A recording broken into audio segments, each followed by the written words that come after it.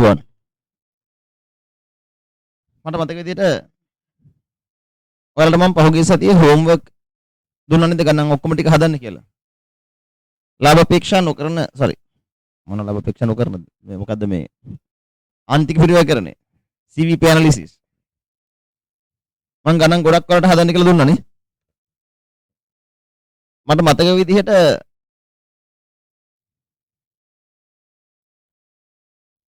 මොන අවුරුද්දේ සිට හදන්න කිව්වේ? මම දුන්නු අභ්‍යාසාංක 6 සිට ඉස්සරහටනේ. බලමු. 6 to 11.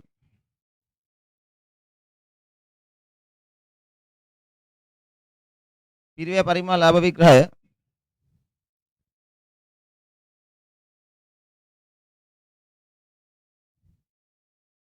මොකද හිතන්නේ පාඩම රහයි නේද?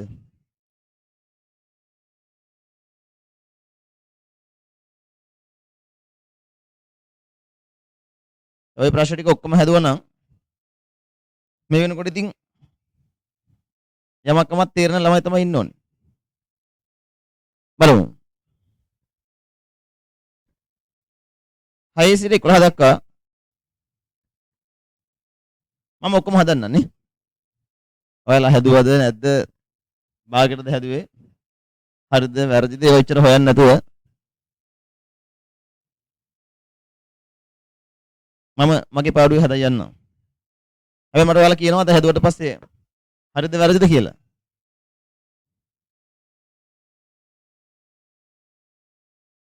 හරි.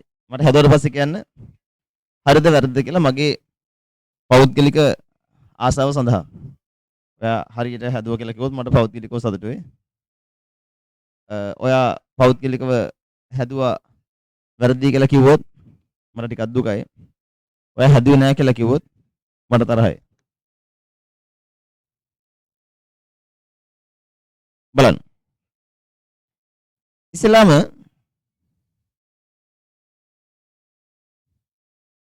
මම ප්‍රශ්න අංක 6න් පටන් ගන්නම්. ඒක හරි ෂෝක් ගන්නක්. ඒක 2011 ලෙවල්. බලන්න.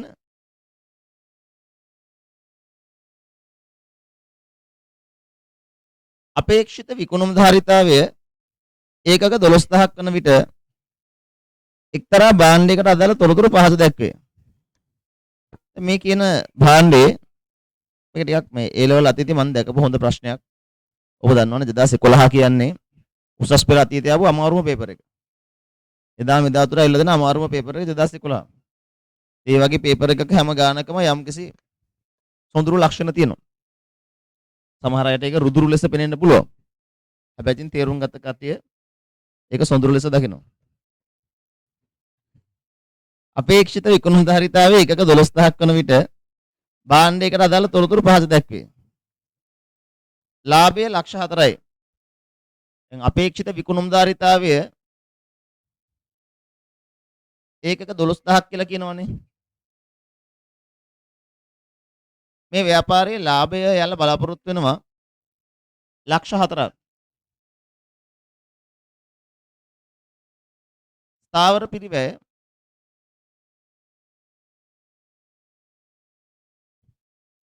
රුපියල් ලක්ෂ 2යි. දායක විකුණුම් අනුපාතය 20%යි.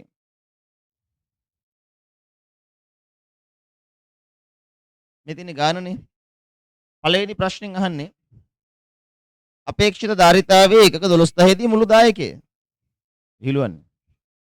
ඉතින් මතකද අපි කිව්වා භාණ්ඩයක විකුණුම් මිල සමානයි ස්ථාවර පිරිවැය ධන විචල්්‍ය පිරිවැය ධන ලාභය කියලා. මේකේ විකුණුම් වලින් විචල්්‍ය පිරිවැය මෙහෙට ගෙනාවොත් අනිත් පැත්තේ ඉතුරු වෙනවා ස්ථාවර පිරිවැය ධන ලාභය. අපෙන් අහන්නේ ඒකක 12000ක් විකුණනකොට ව්‍යාපාරයේ දායකය. ඉතින් විකුණුම් ඍණ විචල්්‍ය පිරිවැය සමානයි දායකයනේ. ඒක හොයන්න තව විදියක් තියෙනවා මොකද්ද? ස්ථාවර පිරිවැය ධන ලාභය. මේ අර පටන් ගත්ත පළවෙනි පැය භාගය උගන්වපු පාඩම. ඉතින් ඔයාට භාණ්ඩයේ ලාභයක් දෙනවා ස්ථාවර පිරිවැයක් දෙනවා. ඉතින් ලේසිනේ. ස්ථාවර පිරිවැය ලක්ෂ 2යි නම් ලාභය ලක්ෂ 4යි නම් ඔය වෙලාවේ දායකයෙ කීයද? ලක්ෂ 6යි. බේසික්. දෙක සමච්ඡේදන විකුණු වටිනාකම. දැන් මේවා ඉතින් මතක් වෙන්න ඕනේ නේද? බ්‍රේක් ඊවන් පොයින්ට් එකේ වටිනාකම හොයන්න මතකද සූත්‍රයක් කතා කළා ස්ථාවර පිරිවැය බෙදීම දායක විකුණුම අනුපාතය කියලා. ඉතින් මෙතන ස්ථාවර පිරිවැය වල දන්නවා ලක්ෂ 2යි. දායක විකුණුම අනුපාතය 120යි. 120 කියන්නේ 0.2යි. ඒතර සමච්ඡේදන ලක්ෂ්‍ය වටිනාකම මිලියනයයි නේද? රුපියල්. ඒ ප්‍රශ්න අනිත් ඒවාට වඩා ලේසි නේද? 3 ආරක්ෂණාන්තිකය. එතනත් කියලා නැහැනේ ඒකක කියලා. අපි වටිනාකම හොයමු. ඉතින් ආරක්ෂණාන්තිකය වටිනාකම සමානයි නේද? ලාභයේ බෙදීම දායක විකුණුම අනුපාතයට. ඒතර ලාභයේ ලක්ෂ 4යි නම් දායක විකුණුම අනුපාතය 120යි 0.2යි. 120 කියන්නේ 0.2යි. එතකොට ඉතින් ආරක්ෂණාන්තික කීයද? මිලියන 2යිනේ.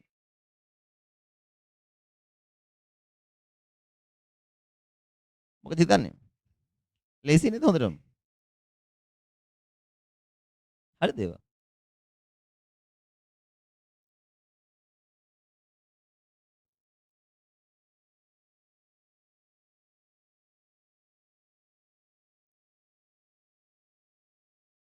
එතකොට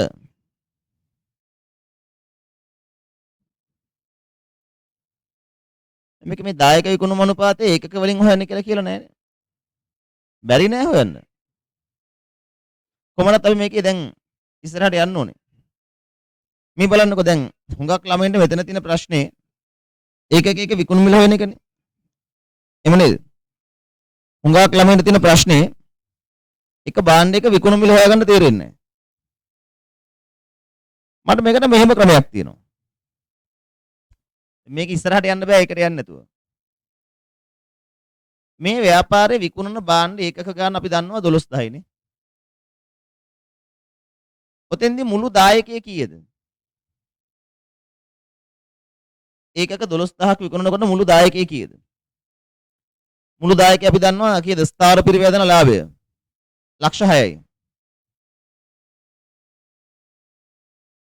ඒකක 12000ක් විකුණනකොට මුළු දායකය කීයද? ලක්ෂ 6යි.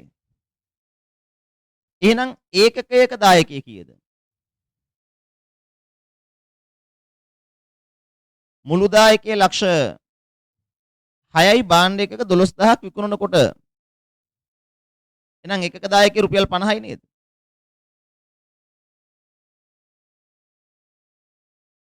මං කියන දේ පැහැදිලිද ඔයාලට? භාණ්ඩ එකක 12000ක් විකුණන ව්‍යාපාරයේ මුළු දායකයේ ලක්ෂ 6යි නම් එකක දායකයේ බලන්න ලක්ෂ 6න් මං 12000න් බෙදුවා. මේකට වල වෙන වෙන ක්‍රම වලට යන්නේ නැති සූත්‍ර දදා හදන්න නැති මට කමක් නැහැ. මට පේන විදිහට මේක ලේසි. එකක දායකයේ 50යි.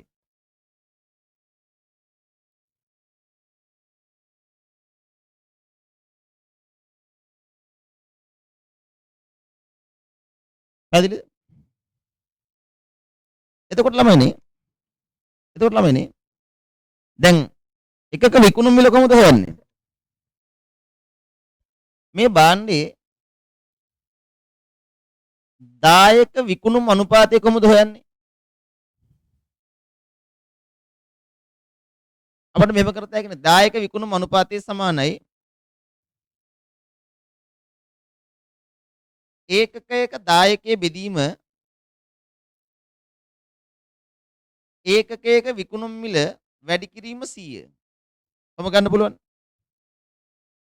කොහොමද දායක විකුණුම් අනුපාතය ගන්නෙ? දායක විකුණුම් අනුපාතය සමානයි නේද? ඒකකයක දායකයේ බෙදීම ඒකකයක විකුණුම් මිල වැඩි කිරීම 100. එතකොට ඔයා දැන් දායක විකුණුම් අනුපාතය දන්නවා කීයද? ගන්න අපිට එක දුන්නා 20යිනේ. දැන් දායක විකුණුම් අනුපාතය 20යි.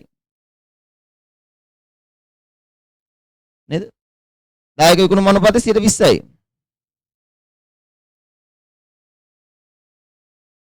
ඒකකයක විකුණුම් මිල තමයි අපි දන්නේ නැත්තේ. මේක දන්නේ නැහැ. දැන් ඔයා ඒකකයක දායකයෝ හොයාගත්ත 50යි. 50යි. පැහැදිලි? ඉතින් මේක විසඳුවා නම් එහෙම 120 කියන 0.2යිනේ. සෙලින් ප්‍රයිස් එකෙන් 120ක්. ඒකකයක විකුණුම් මිලෙන් 120ක් සමානයි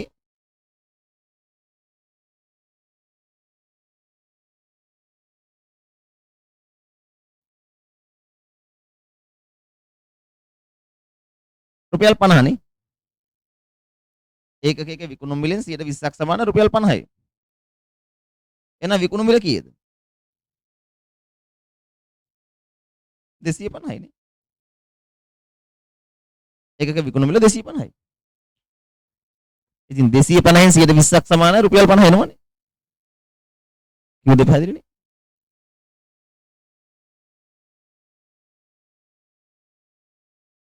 තේරුණාද? එන්න එකක විකුණුම් මිල 250යි.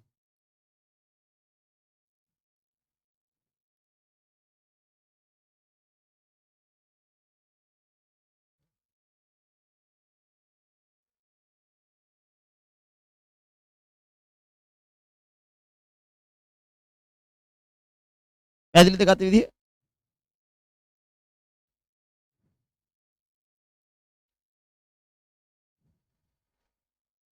එකයි පැහැදිලි කරන්න වෙයිද? මෙහෙම බලන්න. දැන් දායක විකුණුම් අනුපාතය කොහොමද හොයන්නේ? ඒකකයක දායකයෙ බෙදීම ඒකකයක විකුණුම් මිල වැඩි කිරීම 100 නේ. පැහැදිලිද? නෑ ඒක හොයන්න කියලා නෑ. නමුත් ඒක හොයන්න නැතුව ඉස්සරහට යන්න බෑ. ඒක හොයන්න නැතුව ඉස්සරහට යන්න බෑ. එතකොට දායක විකුණුම් අනුපාතය 120යිනේ. මේක 120යි. ඒකකයක දායකයේ 50යිනේ. අපි මෙහෙම කරමු කියලා මේක 0.2 කියලා තියාගමු. ඒතර මේ 100 ඕනෙත් නෑ. 120 කියන්නේ 0.2යිනේ. 120 කියන්නේ 0.2යි. එකක විකුණුම් මිල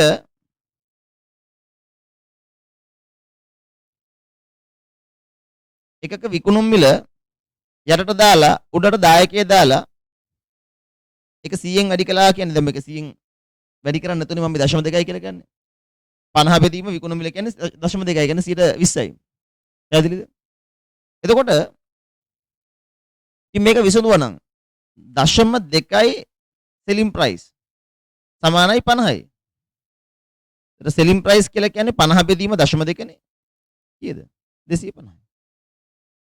දැන් තේරුණානේ? එකක විකුණුම් මිල 250යි. ඒකකයක විකුණුම් මිල 250යි. දැන්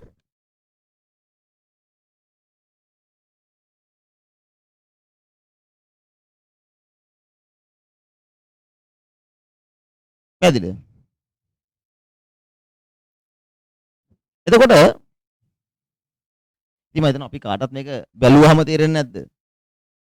දායක විකුණුම් අනුපාතයේ 120යි. 120ක් කියන්නේ 50යි. යම් කිසි ගානකින් 120ක් කියන්නේ 50යි නම් 100ක් කියන්නේ මේ වගේ 5 ගුණයක් වෙන්න එපා. යම් කිසි ගානකින් 120ක් කියන්නේ 5න් එකයිනේ. යම් කිසි ගානකින් 5න් එකක් 50යි නම් 5න් 5 250යිනේ. තේරුණාද?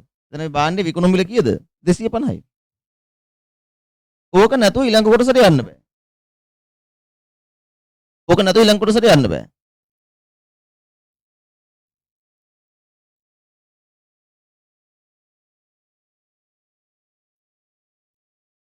හතරවෙනි කොටසේ මෙහෙම කියනවා.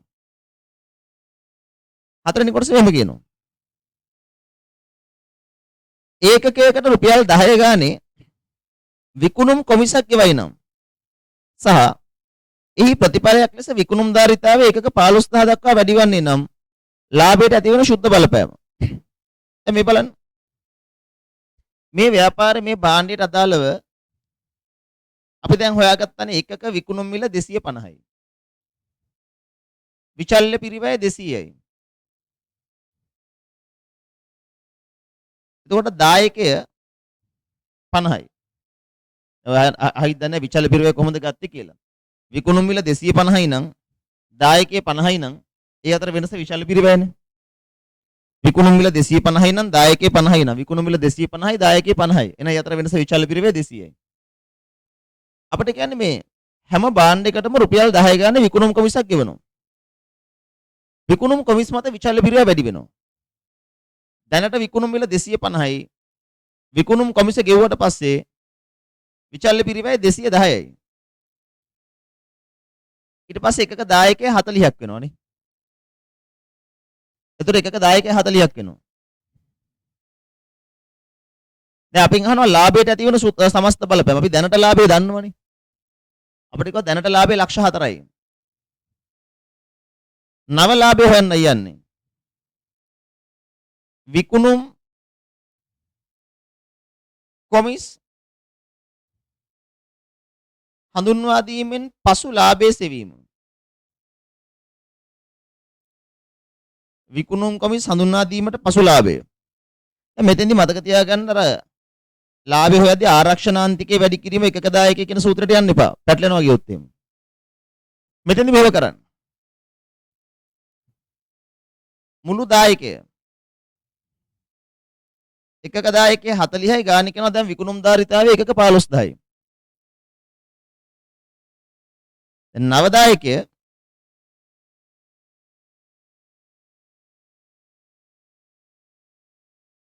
ලක්ෂ 6යි.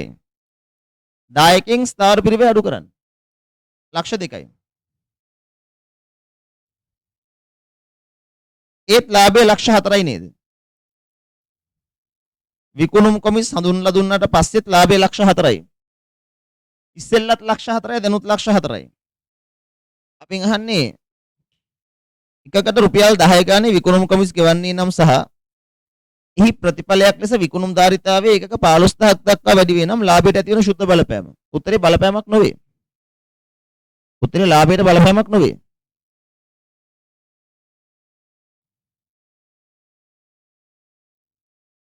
ලාභයට බලපෑමක් නොවේ. මෙහෙමද මේක ඔයා හදපු ක්‍රමය මොකක්ද කියලා මම දන්නේ නැහැ. එක්ක මීට වඩා ලේසියෙන් හදන්න නැති, එක්ක මීට වඩා අමාරුවෙන් හදන්න නැති. හැබැයි මේ උත්තරය ආවනම් හරි. මගේ ක්‍රමයේම ගන්න කියලා කියන්නේ නැහැ. මැනේජ්මන්ට් එකවුන්ටින් වල ඔයාට හිතෙන එකක්. දැන් මම මේ ගාන දැන් හැදුවේ මම දන්නේ නැහැ කොහොමද කියන්නේ. සමහරවිට මම තව පන්තියක හදන්නේ තව විදියකට. මට ඒ වලට හිතෙන විදිහට මම හදන්නේ. ගාන දැක්කහම මට හිතෙන එක මම කරනවා විතරයි. මේ සම්මත ක්‍රමයක් නැහැ. තව ක්‍රම තියෙනවා. දැන් මට මේ වෙලාවේ මේක හරි කියලා හිතෙනවා මම මෙහෙම හදනවා. නමුත් මම මෙහෙම නෙමෙයි මම හිතනවා මේක වෙන පන්තියක හැදුවේ. මට මතක නැහැ කොහොමද පන්තිය හැදුවේ කියලා. මම මතක තියාගන්නේ.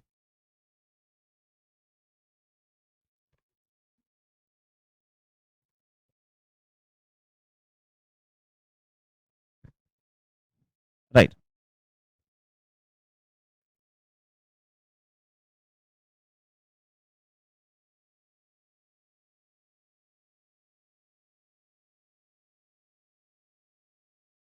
ඔය ළමෙක් අහනවා මේක හදන්න පුළුවන් නේද?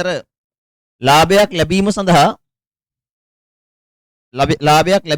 පැවතිය යුතු එකක් ගණන කියන සූත්‍රයට යන්න පුළුවන්. මම හිතනවා උනේ ඒකනුත් යන්න පුළුවන් නේ. අර ලාභයක් ලැබීම සඳහා පැවතිය යුතු එකක් ගණන කියන සූත්‍රයට යන්න පුළුවන් නේ. මොකක්ද ඒ සූත්‍රය? ලාභ ලැබීමට අවශ්‍ය එකක. ඒකට යන්න පුළුවන් නේ. ලාභ ලැබීමට අවශ්‍ය එකක කියන සූත්‍රයට ගියොත් කොහොමද? ස්ථාවර පිරිවැය දන්න ඔයාට අවශ්‍ය කරන ලාභය බෙදන්න ඒකකයක දායකෙන්.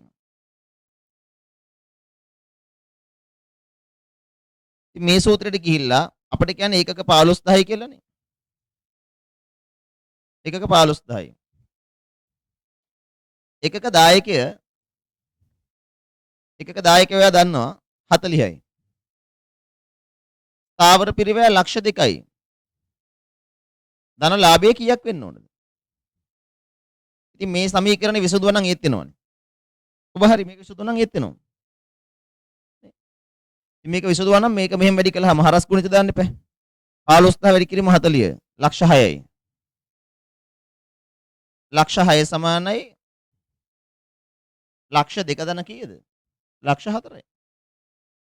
ඒක ලේසි වගේ තමයි මං හදපු ක්‍රමයටත් වඩානේ. ඒක තවත් ලේසි මේ. ඒක තවත් ලේසි. ඉතින් ඒක තමයි කියන්නේ. ඒක තවත් ලේසි. ඉතින් මට හිතුන්නේ නැහැ ඒක පාට. මට ඒකෙම එකපාරට හිතුන්නේ නැහැ ඉතින්. මට හිතිච්ච විදිහට මං හිතුවේ. ඔයා කියන්නේ මට හිතිච්ච විදිහට හදන්න මට අයිතියක් නැහැ කියලාද?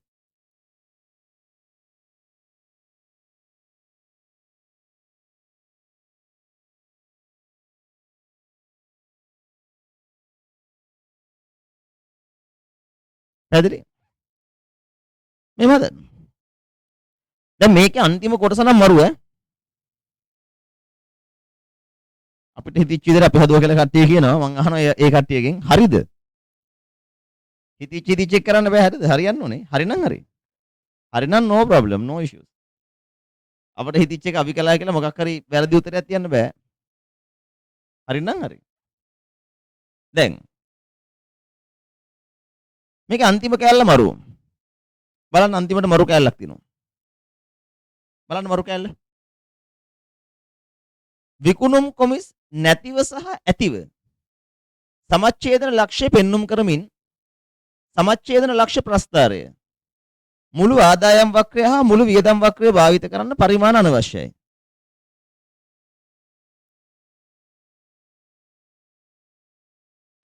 මම ඒ ලොල් අතීතයේ ඔහොම ප්‍රස්ථාරයක් අහලා තිනවා දැක්කමයි. නමුත් ඒ ප්‍රස්ථාරය ඇතුලේ ඔයාගේ දැනුමට සුන්දර දෙයක් එකතු වෙනවා. මේ බලන්න. මම ඉස්සෙල්ලාම අදිනවා සමච්ඡේදන සටහන. අපින් අහන්නේ සමච්ඡේදන ප්‍රස්ථාරය. කියන්නේ සමච්ඡේදන සටහන. මතකලා තියෙන ප්‍රස්ථාර ටික. මෙතන අදින්න කියන්නේ මුළු ආදායම් වක්‍රය සහ මුළු පිරිය වක්‍රය විතරයි. දැන්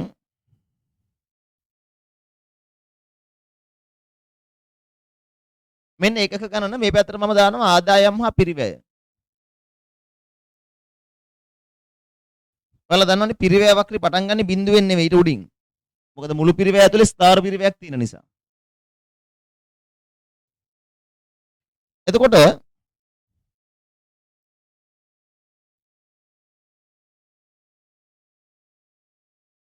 මෙන්න මේ වගේනේ. මෙන්න මුළු පිරිවැය රේඛාව. මම දාන්නම් ටෝටල් කොස්ට් කියලා. මෙන්න ආදායම් රේඛාව.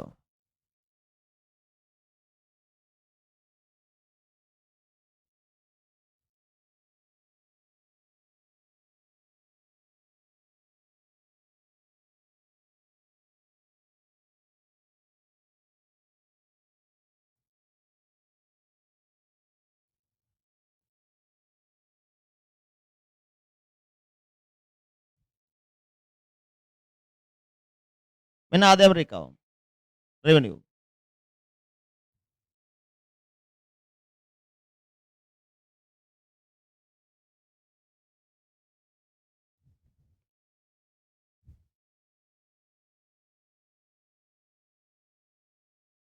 දැන්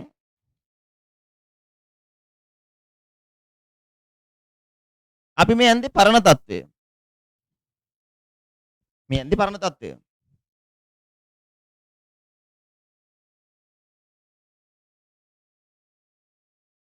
බලන්න. දැන් මට කියන්න පරණ සමච්ඡේදන ලක්ෂ්‍ය එක කීයද?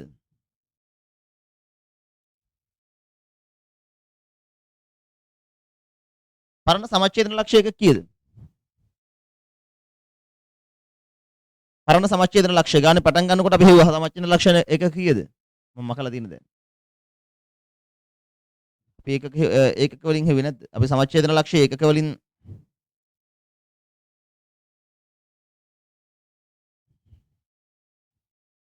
සමච්ඡේදන ලක්ෂ්‍ය රුපියල් වලින් හෙව්වේ. නමුත් ඒකක වලින් කියන්න පුළුවන් නේ.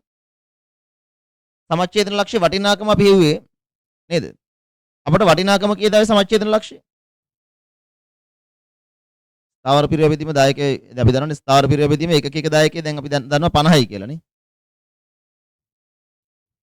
දැන් උන්ට මෙතන හදන්න පුළුවන්. දැන් සමච්ඡේදන ලක්ෂ්‍ය අපි පසු කාලීනව හොයාගත්තනේ ඒකක දායකයේ 50යිනේ. ස්ථාවර පිරිය ලක්ෂ 2යි. ඒතර පැරණි සමච්ඡේදන ලක්ෂ්‍යයන්නේ ලක්ෂ 2 බෙදීම ඒකක දායකය කියලා ගන්න පුළුවන්. 50. පරණ සමච්ඡේදන ලක්ෂ්‍ය 4000යි නේද? පරණ සමච්ඡේදන ලක්ෂ්‍ය 4000යි නේ. ඕනේ 4000 වෙන විදිය පැහැදිලිනේ. දැන් අපි පසු කාලිනව හොයාගත්තනේ එකක දායකයේ 50යි කියලා. ස්ථාවර පිරිවැය ලක්ෂ 2යි බෙදීම 50. 410නේ. ඒ වෙලාවේ ඔයාලගේ වටිනාකම නිකම් හොයාගත්තා. කීයද වටිනාකම ආවේ? කීයද වටිනාකම ආවේ? වටිනාකම කීයද ආවේ? මිලියනයනේ. මිලියනය. මිලියනය ආවේ. දැන් ළමයි බලන්න. මේකේ මරු කතාවක් අහන්නේ මම දන්නේ මේක ඔයාලට කොච්චර දුරට හිතෙන්නේ නැද්ද කියලා. මට ඔයාලා කියන්න. මේ වෙලාවේ අපෙන් අහන්නේ විකුණුම් කොමිස් ඇතිව සහ නැතිව. ප්‍රස්තාර දෙකක් අහන්නේ. මේ ප්‍රස්තාරය ඇතුලේ රේඛා දෙකක් පෙන්වන්න විකුණුම් කොමිස් ඇතිව සහ නැතිව. මට කියන්න විකුණුම් කොමිස බලපාන්නේ ආදායම් වලටද නැත්නම් පිරිවැයටද? විකුණුම් කොමිස බලපාන්නේ ආදායමටද පිරිවැයටද? විකුණුම් මත කොමිසක් ගෙවනවා. විකුණුම් කොමිස් කියන්නේ ආයතනයේ ආදායමක්ද පිරිවැයක්ද? විකුණුම් කොමිස කොහෙද ආදායමක් එන්නේ? මං කියන්නේ අපිට ලැබෙන විකුණුම් කොමිසක් නෙවෙයි මේ ගානේ කියන්නේ අපි විකුණුම් කොමිසක් ගෙවනවා කියලානේ කියන්නේ. ඒ ඉතින් ඔහොම බොරු කියන්නේ මේ බලන්නකො මේ ඇහැට පේනවනේ. විකුණුම් කොමිස් නැති තැන විචල්්‍ය පිරිවැය 200යි. විකුණුම් කොමිස් තියෙද්දි විචල්්‍ය පිරිවැය 210යි. ඉතින් විකුණුම් කොමිස් කියන්නේ විචල්්‍ය පිරිවැයක් නෙමෙයි. මෙතන 200 මෙතන 210 වුණානේ. එහෙනම් විකුණුම් කොමිස් කියන්නේ ආදායමක්ද පිරිවැයක්ද ආයතනෙට? මේ ගාන හැටියට. මේ ගාන හැටියට ආදායමක්ද පිරිවැයක්ද? පිරිවැයක් ඒක විචල්්‍ය පිරිවැය කොටසක්. මං කියන එක තේරුණාද? ඉතින් ඒක තේරුම් ගන්න මේකේ විකුණුම් කොමිස් කියන්නේ අපිට ලැබෙන මෙයාලගේ ආදායම බාන්න විකුණුම්නේ. විකුණුම් කොමිස කියන්නේ මේ ආයතනය දරන පිරිවැයක්. එතකොට මේ TC තියෙනවනේ. මේ TC මම කියනවා කොමිස් නොමැතිව.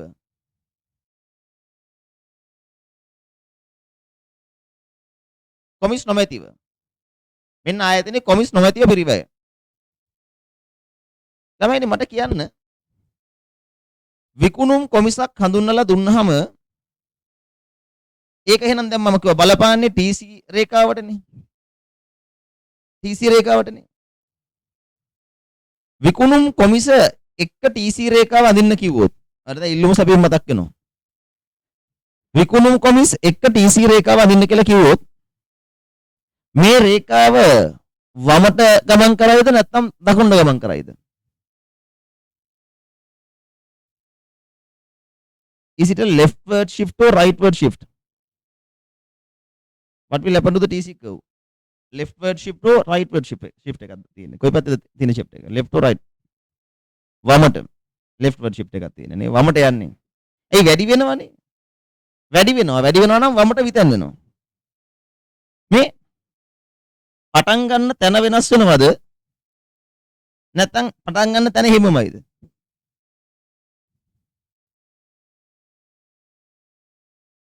පටන් ගන්න තැන වෙනස් වෙන්න බෑ. ඇයි බැරි?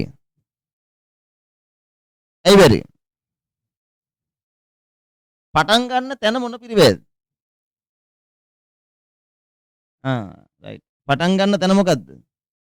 මෙතන තියෙන ස්ථාවර පිරිවැය මුළු පිරිවැය උඩින් පටන් ගන්න ස්ථාවර පිරිවැය නිසානේ. දැන් මේ කියන්නේ විකුණුම් කොමිස් කියන්නේ ස්ථාවර පිරිවැයක් නෙවෙයි මොකක්ද?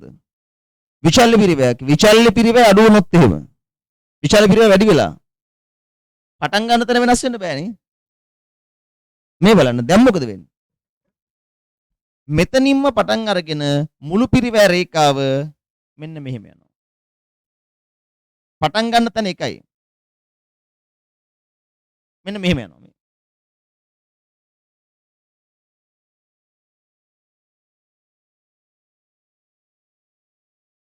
මෙන්න තියෙනවා TC කොමිස් ඇතිව කොමිස් සහිතව. දැන් බලන්න කොමිස් සහිතව TC with commission. with commission. with sales commission total cost curve එක line එක උඩට ගියා. leftward shift එකක් ගියා. ඔන්න දැන් බලන්න එතකොට ඉස්සර break even point එක මෙතන නේද? මෙන්න පැරණි break even point එක. මෙන්න පැරණි break even point එක.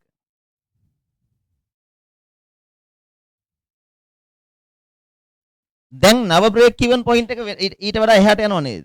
මේ මෙන්න නව බ්‍රේක් ඉවන් පොයින්ට් එක කීයද? නව බ්‍රේක් ඉවන් පොයින්ට් එක කීයද? ස්ථාවර පිරිවැය ලක්ෂ දෙක එකක දායකයේ 40න් බෙදන්නේ. ලක්ෂ දෙක බෙදීම 40. දැන් කීයද? 5000යි. දැන් 5000යි. දැන් 5000යි.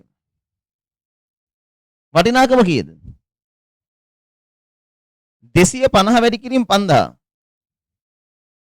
250 වැඩි කිරීම 5000 කීයද? 12 ලක්ෂ 50000යි. මෙතන.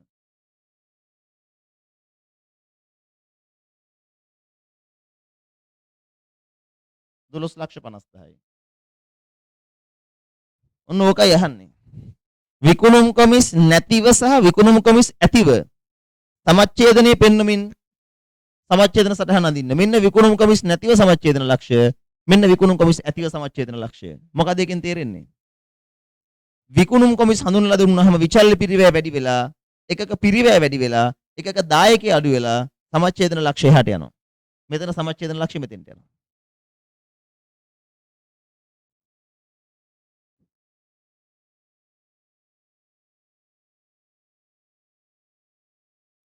තේරුණාද? මේක හරියට කරපු ළමෙක් ඉන්නවා නම් අත උස්සන්න. මේව හරියට කළා. හොඳයි. ළමයි කීප දෙනෙක් අත උස්සනවා. මට හරි සන්තෝෂයි.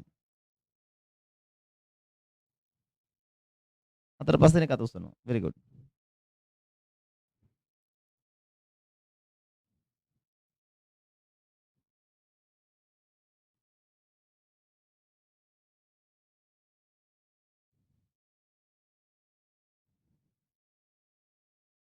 ඔයාලට තේරෙනවද 2011 ළමයි අමාරුයි කියන එක සාධාරණයි කියලා? 2011 පේපර් එක කොච්චර අමාරුද කියලා තේරෙනවද ඔයාලට? ඒක අමාරුයි. පට්ට හැබැයි මොලේට මරු. දැන් මේක හැදුවට පස්සේ මං හිත දැන් මම අමාරුයි කියලා ගණන් හලන්නේ නැහනේ. එම නේද? මම ඒකයි කියන්නේ මේ ටික ඔක්කොම අපි හදලා යමු. පාස් පේපර්ස් වලට එහා වෙන මුකුත් කරන්න ඕනේ නැහැ මේ වගේ පාඩමක. පාස් පේපර්ස් ටික කරගන්න පුළුවන් නම් ඇති. එක එක වර්ගවල පාස් පේපර්ස් තියෙනවා. මගේ පැත්තෙන් කරන්න පුළුවන් ආපු ගණන් ඔක්කොම හදන එක නෙනේ. ඒක හදා තව මම පසුබිම කියලා දෙන්නම්. ඇදලා පෙන්න ගමු නේද? අපිට ඔය මට්ටමට ගානක් ඊදස්ස මේ පාර නෑ කවදාවත් නෑ.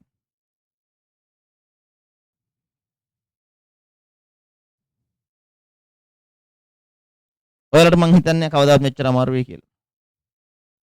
මේ පාඩම් වලින් මං හිතන්නේ සාමාන්‍යයෙන් ලේසි ප්‍රශ්නයක් දැක්කහයි. නමුත් ඉතින් දැන් අපි කරන එකේ අපි බොරුවල නිකන් උඩින් චූටි ප්‍රශ්නයක් දැක් කරලා යන්නේ නේ. අපි ඒ නිසා හරියට ඉගෙන ගමු. හරියට ඉගෙනගෙන අපි ෆුල් ටච් එකේම මොකක් ආවත් කමක් නැහැ කියලා නේ. අපිට කලුත් තියෙනවනේ අපිට එහෙම මකින් කවුරු ළමයි කන කල්ලායිද කියලා මට තාම ආරංචියක් නැහැ.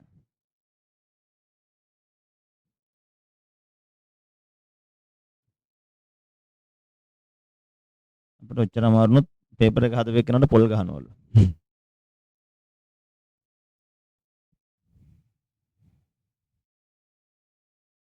හරි. අල විභාගේ පැවැත්වෙන දවස ගැන මං අනාවේකයක් පළ කරලා තියෙනවානේ. ඒ මගෙන් නැවත නැවත අහන්නේ.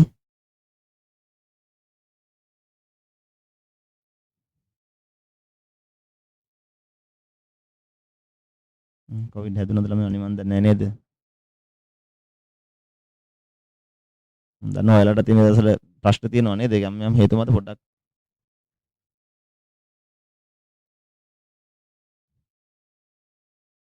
හරි.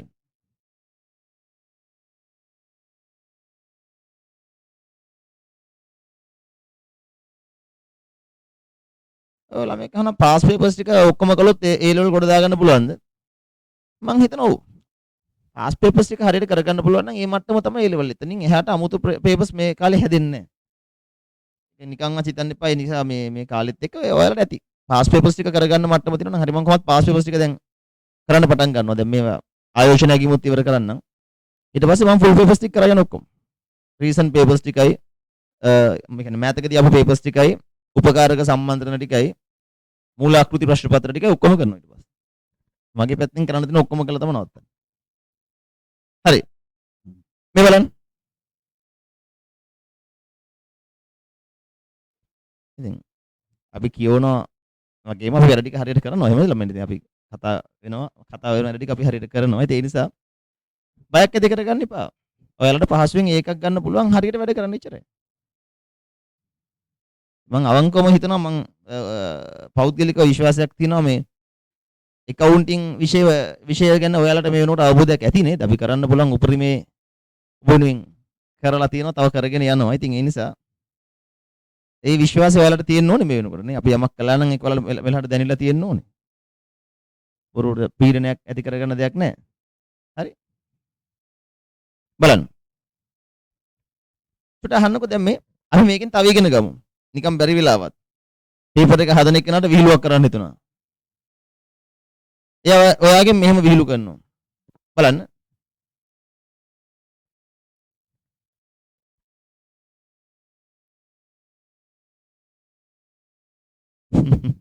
අපි හිතාගෙන ඉන්නේ 2023 ළමයින්ට ක්ලාස් දාලා උගන්වන්න. ඉතින් ඕකනේ බෑ කියන්නේ.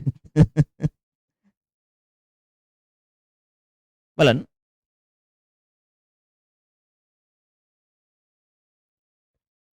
මට කියන්න බැරි වෙලාවත් දැන් මෙතන මුළු පිරිවැය රේඛාවනේ වෙනස් වුනේ. දැන් අපි බලමු දැන් ඔය පැටර්න් එකට ආවොත් අපි බලමුකෝ කොහෙන්ද ඔයාව අන්නවන්න පුළුවන් කියලා. මට ඔයා කියන්න ඒකකයක විකුණුම් මිල අඩු වුණොත් විකුණුම් මිල අඩු වුණොත් මොන රේඛාවටද බලපාන්නේ? ඒකකයක විකුණුම් මිල අඩු වෙනවා.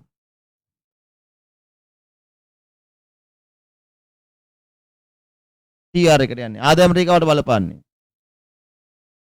ඒකකයක විකුණුම් මිල අඩු වෙනවා. ආදායම් රේඛාව වමට විතැන් වේද දකුණට විතැන් වේද?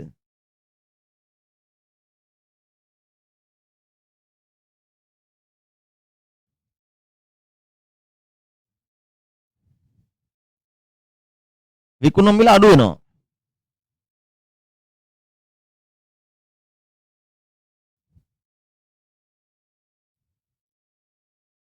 left or right?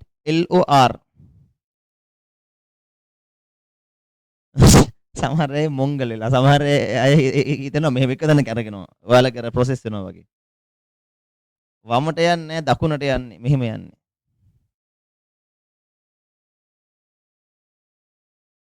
rightward shift එක. ඉතින් ළමයි විකුණුම් මිල අඩු වෙනවා කියලා කියන්නේ එකකින් ලැබෙන දායකය අඩු වෙනවනේ. විකුණුම් මිල අඩු වුණොත් එකකින් ලැබෙන දායකය අඩු වෙනවා. එකකින් ලැබෙන දායකය අඩු වුණොත් එහෙම සමච්ඡේදනය වෙන්න වැඩි එකක් ගණක් විකුණන්න සමච්ඡේදන ලක්ෂ්‍ය තව එහාට යන්න ඕනේ. එකක විකුණුම් මිල අඩු වුණොත් එහෙම ඉතින් සමච්ඡේදන ලක්ෂ්‍ය තව අඩු වෙන්න බෑනේ. තව වැඩි එකක ගණක් විකුණන්න පැහැ වුණොත් ස්ථාවර පිරිය කව කරගන්න. නේ සමච්ඡේදනය වෙනවා කියන්නේ ස්ථාවර පිරිය කව කරගන්නවනේ දායකයෙන්. දැනට මෙතනින් කව වෙනවා නම් තවත් විකුණුම් මිල අඩු වුණොත් තව වැඩි එකක් ගණක් විකුණන්න ඕනේ. ඒක කව කරගන්න. ආයතනයේ ස්ථාවර පිරිවැය වැඩි වුණොත් ආයතනයේ ස්ථාවර පිරිවැය වැඩිවීමක් මොන රේඛාවටද බලපාන්නේ? TC එක මොකද වෙන්නේ? ස්ථාවර පිරිවැය වැඩි වුණොත් TC එකට මොකද වෙන්නේ?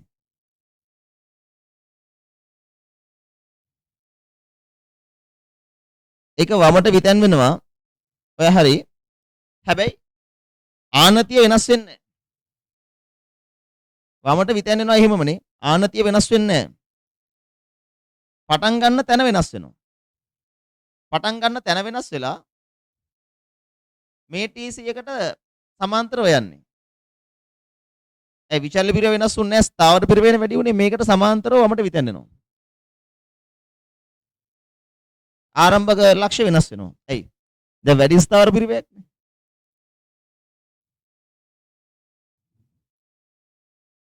දැන් තේරෙනවද? දැන් ඔයාලා BS වලට එහෙමත් මේ ප්‍රස්තාර අඳිනවනේ. ඒ කාලේ නිකන් කටපාඩමින් රූල් දෙකක් ගහගෙන තිබ්බට ඔයාලට දැන් තේරෙනවද? ඊට වඩා දෙයක් මෙතන තියෙනවා කියලා. මම පෞද්ගලිකව දන්නවා එච්චර BS පන්ති වල මේවා ඔයාලට ටච් වෙන්නේ නැහැ කියලා. මොකද ඇතැම් BS ගුරුවරු මගෙන් අහලා තිනවා මේවා ගැන ප්‍රශ්න. ඒ ප්‍රශ්න අහපු විදිහෙම මට තේරිලා තියෙනවා. දැන් මගෙන් එක එක ආයතන වලින් බීස් ගුරු අහනවා මේ ප්‍රස්තාරේ සමහර අය අහනවා.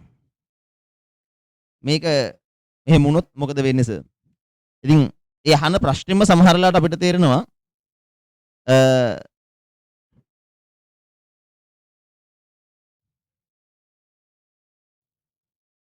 BS සර් කියනවා accounting සර්ගෙන් අහන්න කියලා.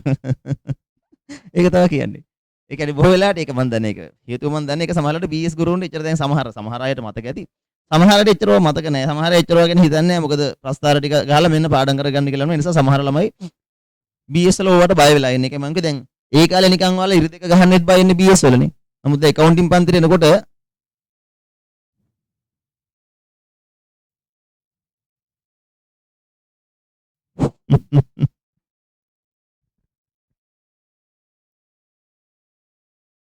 ඒක තමයි හරි. ඒක තමයි. දැන් ඒ නිසා ඔයාලට ඒ ගැන මම හිතනවා තිබ්බ ප්‍රශ්න විසඳුණා. අපි යමු. හරි බලන්න. යමු ඊළඟ ප්‍රශ්නෙට.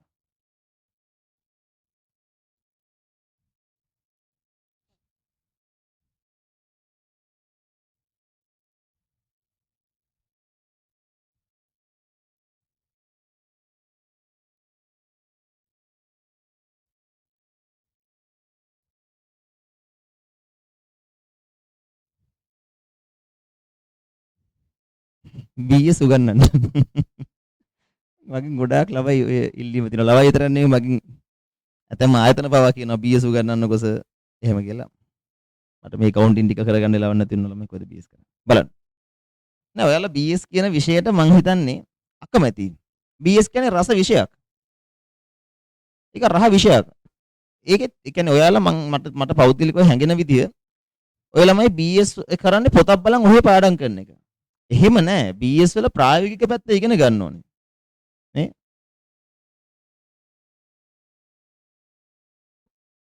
මොකද දැන් අපේ පැත්තෙන් ගත්තාම අපි BS දැනගන්න ඕනේ. accounting කරනවා නම් අනිවාර්යයෙන්ම මේ ළමයි කහනවා මම BS දන්නවද කියලා.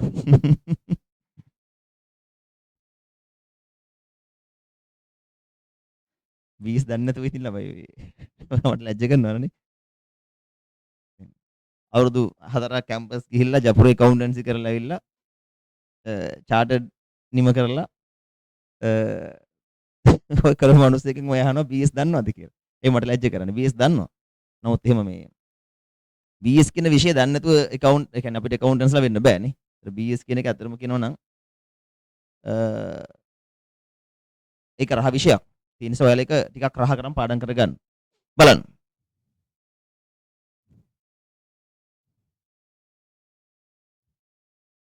බලන්න. ඊළඟ ප්‍රශ්නෙට යමු නේද? අපි යමු ට්‍රිප් එකක් බලන්න. ප්‍රශ්න අංක 7.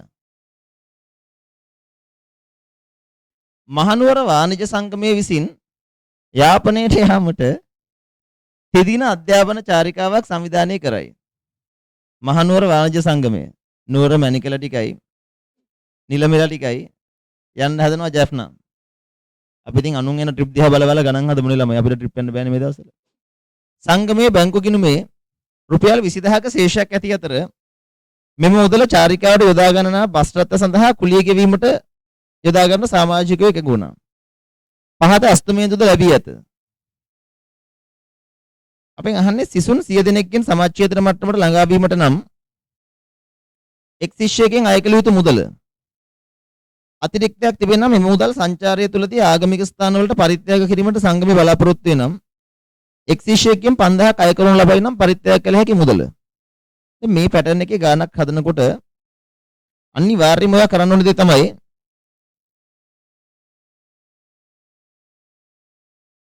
රයිට් අනිවාර්යයෙන්ම ඔයා කරන්න ඕන දේ තමයි ස්ථාවර පිරිවැය මොනවද මේකේ විචල පිරිවැය මොනවද මේකේ කියලා ලියා ගන්න.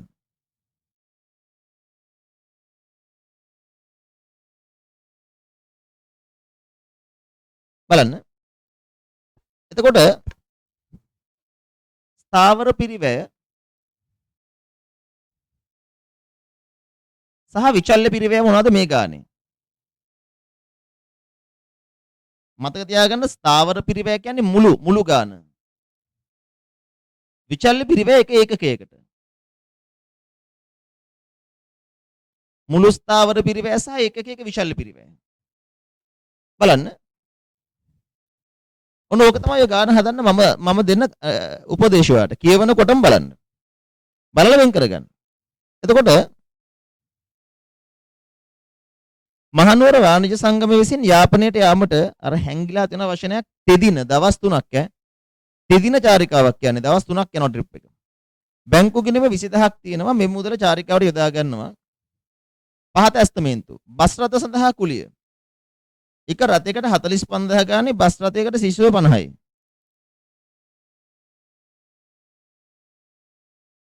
සිසුන් කී දෙනෙක් යනවද? යටින් කියන සිසුන් 100 දෙනෙක් චාරිකාව යනවා. එහෙනම් බස් දෙකක් එපෑනේ.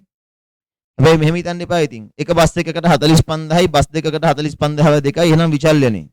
එහෙම හිතන්නේ නැහැ. මෙතන තෝරගන්නේ පිරිවැය ඒකකයේ ශිෂ්‍යයෙක්. එක ශිෂ්‍යයෙක් වෙනුවෙන් වෙනස් වෙන පිරිවැය තමයි විචල්්‍ය පිරිවැය. හුඟක් ළමයිට පැටලෙන තැන් මම මේ කියන්නේ. කෙනෙකුට මේකට hina යන්න පුළුවන්. එහෙමත් පැටලෙනවද? ඔව්. සමහර අය හිතන්නේ එහෙම එක බස් එකකට 45000යි දෙකකට 90000යි එහෙනම් විචල්්‍යනේ. එහෙම හිතන්නේ නැහැ. ශිෂ්‍යයෙක් වෙනුවෙන් වෙනස් වුණොත් තමයි විචල්්‍ය වෙන්නේ. මෙයාලා කොහොමද කරනවා චාරිකාව 100 දෙනෙක් යනවා. ඉතින් 100 දෙනෙක් යන්න බස් දෙකක් ඕනේ. එහෙනම් 45000 ගානේ දෙකක්. එහෙනම් බස් කුලිය 90000යි නේ. බස් රථ කුලිය.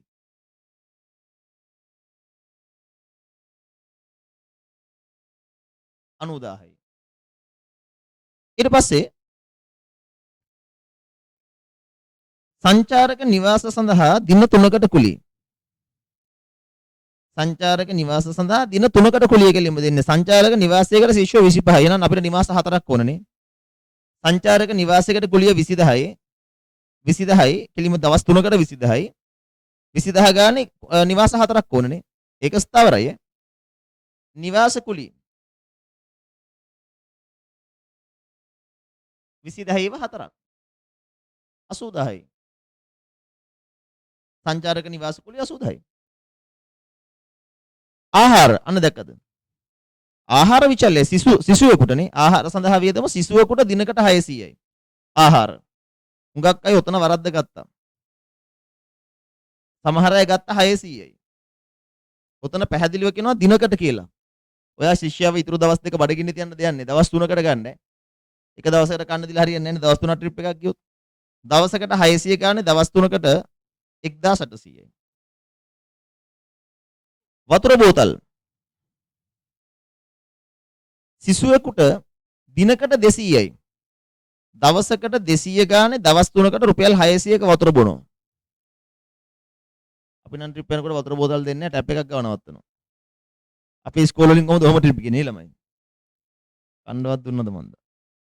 අනිකුත් වේදම් සිසුවෙකුට 600යි කෙලින්ම. අනිකුත් වේදම් 600යි. මේක හෙන්න පොස්ට් ට්‍රිප් එකක්.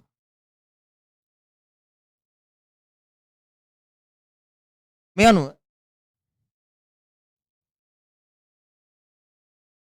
දැන් මේ ටික හදලා බලුවා නම් එක ශිෂ්‍යයෙක්ගේ විචල්්‍ය පිරිවැය කීයද? 3000යි. මෙන්න විශාල පිරිවැය 3000යි. ස්ථාවර පිරිවැය 1,70,000යි. දැන් මේකට උඩින් කියනවා නේද 20000ක් දැනටමත් එයාලගේ බැංකු ගිණුමේ තියෙනවා ඒකත් ට්‍රිප් එකට ගන්නවා කියලා. එහෙනම් මේ අහගන්න. චාරිකාවේ ස්ථාවර පිරිවැය 1,70,000 වුණාට අතේ ඇති මුදල 20000ක් තියෙනවා. මේකෙන් තවදුරටත් ආවරණය කරගන්න පුළුවන් ඕනේ 1,50,000. දැන් මේක කියනවනේ මේ තියෙන ගාණෙන් බස් රථ කුලිය ගෙවනවා කියලා. එහෙනම් බස් රථ කුලියෙන් ওই ගාණ අඩු වෙන්න එපා. බස් රථ කුලිය 90න් මං 20 අඩු කරනවා.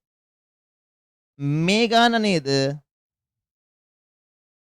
ආවරණය කරගත යුතු මුදල. ආවරණය කරගත යුතු ස්ථාවර පිරිවැය 1,50,000ක් විතරයිනේ. එයාලා ආවරණය කරගන්න ඕනේ 1,50,000ක ස්ථාවර පිරිවැයක් විතරයි. 100 දෙනෙක් චාරිකාවට සහභාගී වෙයි නම් සමච්ඡේදනය වෙන්න අය කළ යුතු මුදල. එන සිම්පල් දැන්. බලන්න.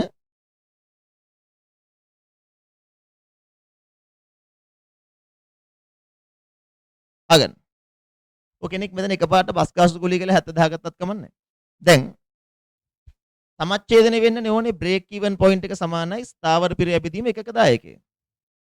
100 දෙනෙක්ගෙන් බ්‍රේක් ඉවන් වෙන්න ඕනේ 1,50,000ක ස්ථාවර පිරිවැයක් අපිට කවර් කර ගන්න ඕනේ. එකක දායකයෙ කීයද එහෙනම්? දායකයෙ කීයද? 1,500යිනේ. භාණ්ඩයක විකුණුම් මිලෙන් විචල්්‍ය පිරිවැය අඩු කළාමනේ දායකයෙ ඉන්නේ. දායකයෙ 1,500යි. විචල්්‍ය පිරිවැය 3,000යි. එහෙනම් විකුණුම් මිල කියන්නේ ශිෂ්‍යයෙක්ගෙන් අය කළ යුතු ගාස්තුව කීයද? 4,500යි. පැහැදිලිද? මේක හරි කට්ටිය තුසන්න බලන්න. 4,500 ශිෂ්‍යයෙක්ගෙන් අය කළ යුතු ගාස්තුව 4,500ක් ගත්තා.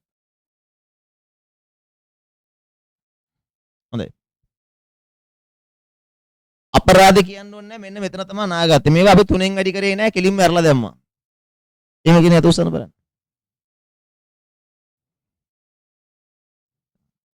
ඉන්නවනේ. මට මතකයි ඉස්සර පන්තිලත් ඔය ගාන හදනකොට ගොඩක් ළමයි මෙතන නා ගන්නවා. එතකොට අමු. කො. ළමයි ඊළඟට අහන මරු කතාවක්. අතිරික්තයක් තිබේ නම් එම මුදල සංචාරය තුළදී ආගමික ස්ථාන වලට පරිත්‍යාග කරනවා. එක්කෙනෙක්ගෙන් 5000ක් අය කරනවා නම් පරිත්‍යාග කරන්න පුළුවන් මුදල කීයද? හරිම ලේසි ප්‍රශ්නයක්.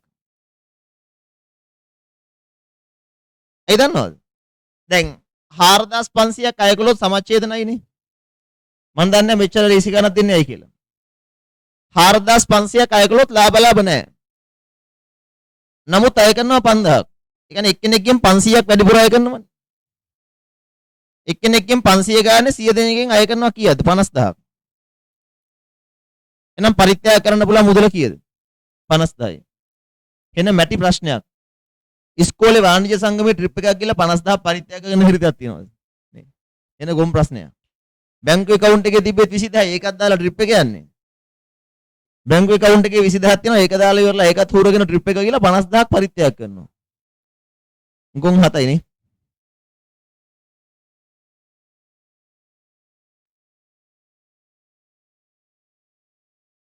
ඔය කියන්නේ මේක නුවර වාණිජ්‍ය සංගමේනේ. මෙතන කැන්ඩි කට්ටිය ඉන්නවද? කො බලන්න. මෙතන කැන්ඩි කට්ටිය ඉන්නවද? නුවර මැණිකලා නිලවල ඉන්නවද?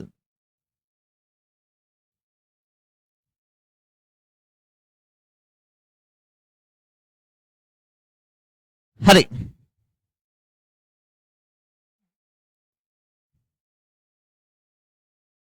කඩවත නිලම ඉන්නවලු. හරි හොඳයි.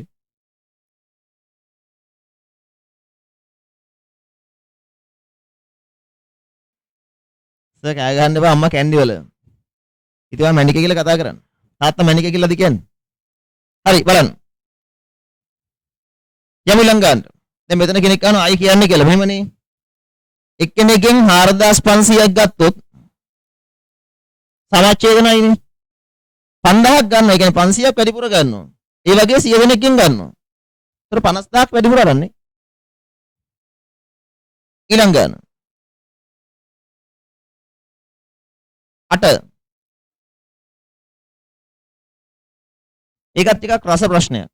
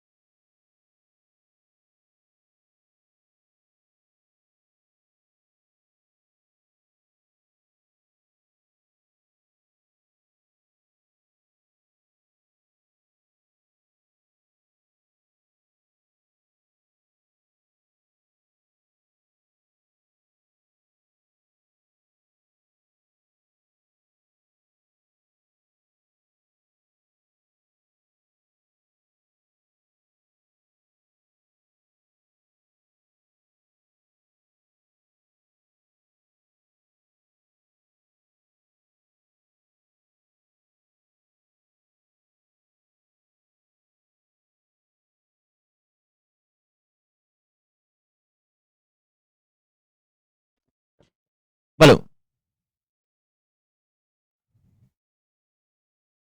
බලන්න.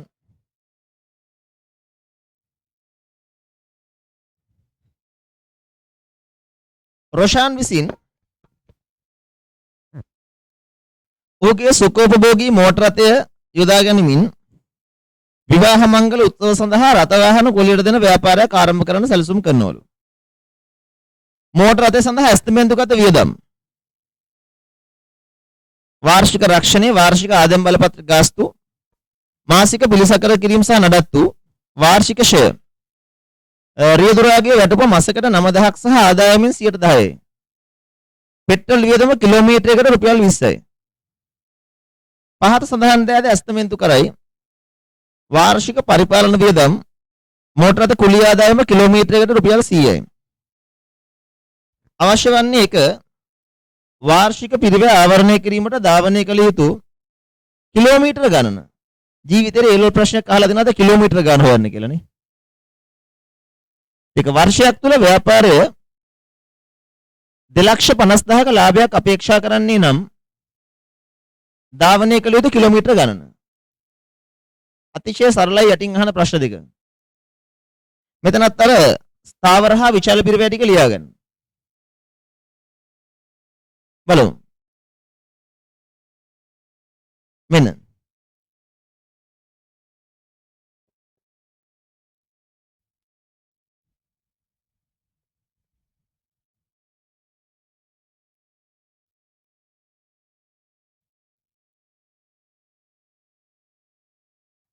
මට නිකමට කියන්නේ මේ ගානේ පිරිවැය ඒකකීය මොකක්ද?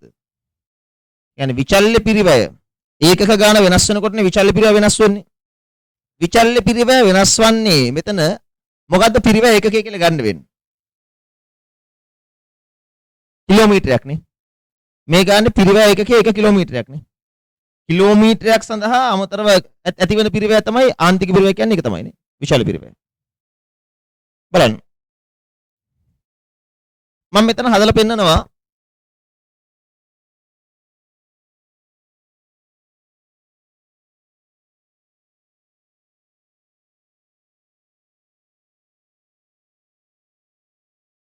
ස්ථාවර පිරිවැය හා විචල්්‍ය පිරිවැය. වාර්ෂික රක්ෂණය ස්ථාවරයිනේ 58000යි.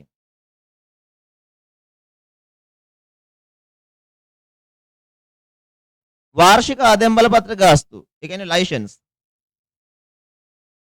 ආදායම් බලපත්‍ර 8000යි. මාසික පිළිසකර කිරීම සහ නඩත්තු ඒක දෙන්නේ මාසිකව පිළිසකර කිරීම සහ නඩත්තු මාසිකව 5000යි අවුරුද්දට 60000යි. වාර්ෂික ෂය ලක්ෂ 5යි.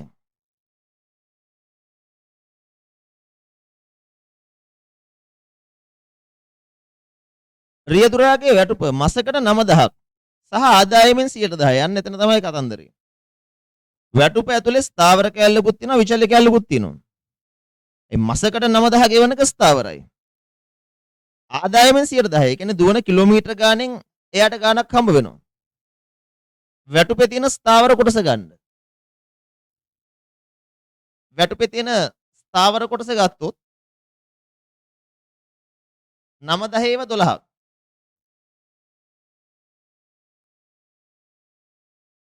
එකසිය 8යි. හැබැයි වැටුපේ තියෙනවා දැන් මෙතන බලන්න වැටුපේ තියෙනවා විචල්්‍ය කැලලක්. ඒ ආදායමෙන් 10%ක් අපි ඩ්‍රයිවර්ට ගෙවන්න ඕනේ. බලන්න උතන අවසාන තොරතුරේ කියනවා නේද මෝටර රථ කුලිය ආදායම කිලෝමීටරයට රුපියල් 100යි කියලා. විචල්්‍ය පිරිවැයක් විතර ගන්න පුළුවන් වැටුප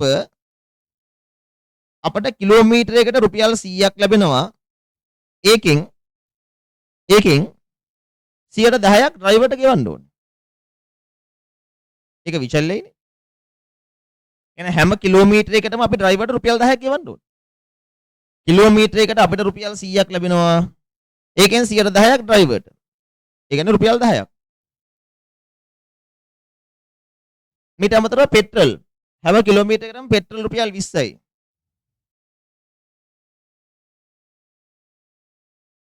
හරිම ප්‍රායෝගික මට්ටමේ ප්‍රශ්නයක් නේ. අන්න හොඳ ප්‍රශ්නයක්. අයි පාරක් කියනවා වාර්ෂික පරිපාලන වියදම් 50000යි. මෙතන වාර්ෂික පරිපාලන 50000යි. ඔය විදිහට මේක වෙන් කරගත්තා නම් ඔයා ගේම් එක ගැහුවා. වාර්ෂික පරිපාලන වියදම් 50000යි. මෝටර රථ කුලී ආදායම. ආදායම කියන්නේ අපිට ලැබෙන ගාන. මේ අනුව ආයතනයේ මුළු ස්ථාවර පිරිවැය මේ මෝටර රථයට අදාළව 8යි 16යි 24යි. දෙකක් ඉතුරුයි. 7,84,000යි. විචල්්‍ය පිරිවැය 30යි. විකුණුම් මිල රුපියල් 100යි. විචල්්‍ය පිරිවැය 30යි. මේ අනුව දායකයේ 70යි. දායකයේ 70යි.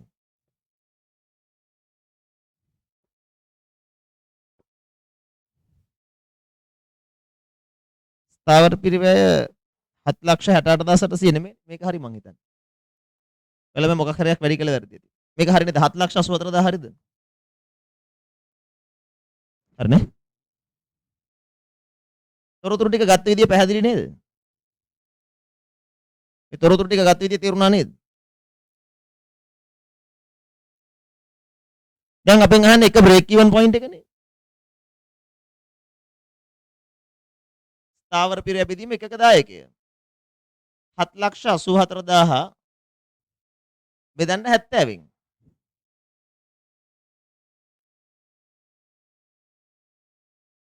හතරක් 17යි. හතරක් 17යි. හතරක් 2 14යි. 11,200යි km. කිලෝමීටර 11,200ක් දිවුවනම් මේ වාහනේ සමච්ඡේදනය වෙනවා.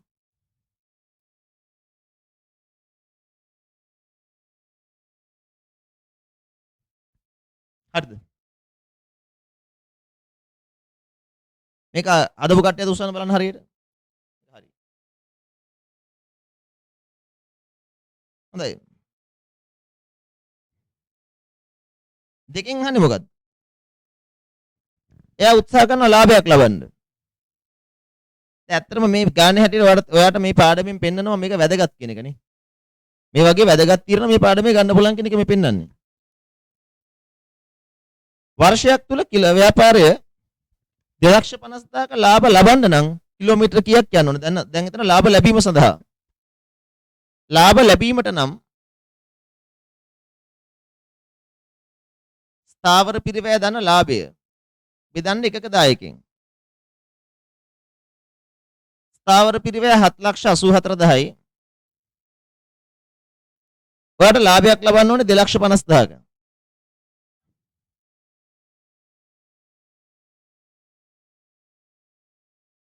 බෙදන්න එකක දායකයේ 70යි.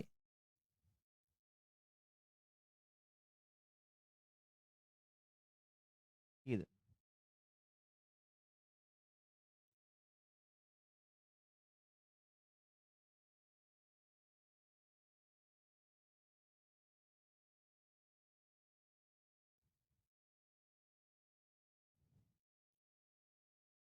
හතරක් 1 7යි 33යි. හතරක් 4 28යි. 33යි 5යි 54යි. හතරක් 7 49යි නේ. හතරක් 7 49යි 50යි.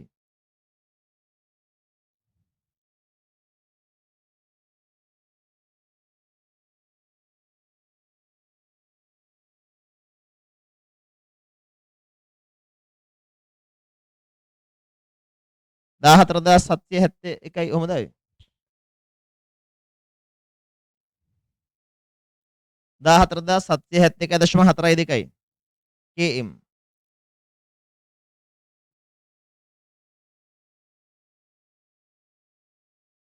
හතරයි දෙකයි 8යි.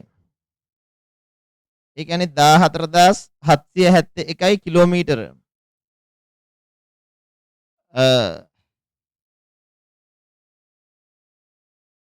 400යි මීටර 20යි සෙන්ටිමීටර 8යි මිලිමීටර. හරියටම 2,50,000ක ලාභයක් ලබන්න නම් කිලෝමීටර 14,771ක් දුවලා මීටර 400ක් දුවලා සෙන්ටිමීටර 20ක් ගිහිල්ලා මිලිමීටර 8ක් ගියා නම් හරි.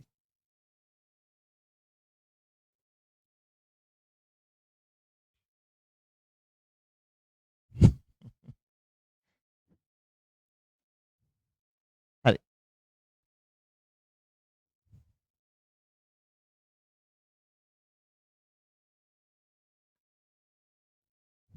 එහෙම ගන්න ඕනේ නැහැ. ඔයා මේ 14,771 තිබ්බනම් හම්බ වෙන ලකුණ. මේක මිලිමීටර කරන්න එපානේ. මිලිමීටර කියන්නේ සෙන්ටිමීටරයක්වත් නැහැනේ. වාහනයක් මිලිමීටර 8ක් ගන්න එක හොඳ ගන්න.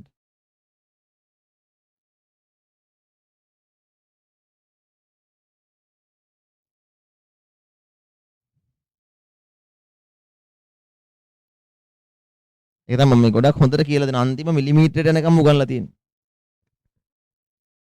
බලන්න. යමු. ඊළඟ ගන්න. දැන් මොකද හිතන්නේ පාඩම ගැන අදහසක් ආවද? පුළුවන්ද? පුළුවන්ද? ඒක ඇත්තටම රහ පාඩමක් නේද? ලොකු මොලේ වෙහෙසවන්න දෙයක් නැති පාඩමක්.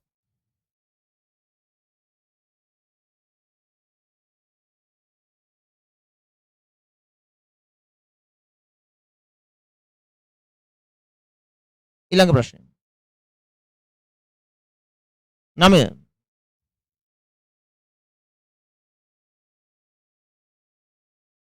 දින 10ක් පුරා පැවැත්වීමට නියමිත වෙළඳ ප්‍රදර්ශනයකදී නව භාණ්ඩයක් හඳුන්වා දීමට සහ විකිණීමට සමාගමක් බාරගෙන ඇත. මෙම භාණ්ඩය එහි සැපයුම්කරු විසින් ඒකකයක් 4,500ක පිරිවැයකට සමාගමට සපයනු ලබයි. මෙම භාණ්ඩ ඒකකයක් 8,000ක මිලකට විකිණීමට අපේක්ෂා කළත් මෙම මිලෙන් 20%ක වට්ටමක් ප්‍රදර්ශනයේදී දෙනු ලැබේ. අපේක්ෂිත පිරිවැය පහත පරිදිය ප්‍රදර්ශන කුටිය සඳහා කුලිය අත්පත්‍රිකා මුද්‍රණයේ ප්‍රදර්ශන කුටියේ කළමනාකරුට දීමනාව විකුණුම් සහකරුවෙකු සඳහා දීමනා එක් දිනකට දෙනවා. විකුණන සෑම භාණ්ඩ ඒකකයක් සමගම තෑගි කරන කෝප්පේ මිල. විකුණුම් සහකරුවන් දෙදෙනෙකු මෙම කාල සීමාව තුළ බඳවා ගනු ලැබේ. අවශ්‍ය වන්නේ මෙම කාර්යයේ මුළු ස්ථාවර පිරිවැය මෙම කාර්යයේ මුළු පිරිවැය ආවරණය කිරීමට විකිණිය යුතු ඒකක ගණන 2,70,000ක ලාභයක් කිපීම සඳහා විකිණිය යුතු ඒකක ගණන විකුණන සෑම ඒකකයක් සඳහාම විකුණු මිල මත 10%ක කොමිස් මුදලක් කළමනාකරුන්ට ගෙවනු ලබන විට විකුණුම් ඒකක 100කදී උපයන ලාභය කළමනාකරුන්ට ගෙවන දීමනාවට අමතරව මොනවා කරන්නත් අර වැඩේ කරන්න ඕනේ. මොකද්ද? ස්ථාවර හා විචල පිරිය වෙන් කරගන්න. බලන්න.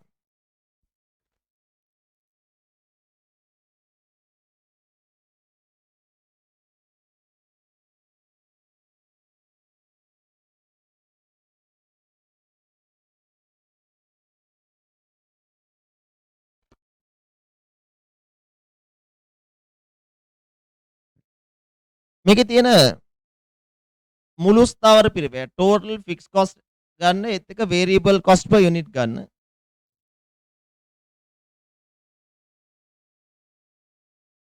හැම වෙලෙම total fixed cost. අපි කවදාවත් ස්ථාවර පිරිවැය එකකට අදාළව ගන්න නැහැ. ඒක මේ පාඩමේ තියෙන පදනම. එකක ස්ථාවර පිරිවැය ගන්න යන්නේ නැහැ. ගන්න බෑ. ඒක වැරදි ගත්තොත්. එහෙම ගන්න බැරි නිසා තමයි මෙහෙම පාඩමක් හැදිලා තියෙන්නේ. මෙම් භාණ්ඩයේ සැපයුම් කරු විසින් 4,500කට සමාගමට සපයන එක. අපි හැම එකම ගන්නේ 4,500කට. එකක විචල්්‍ය පිරිවැය 4,500යි ගැනුම් මිල.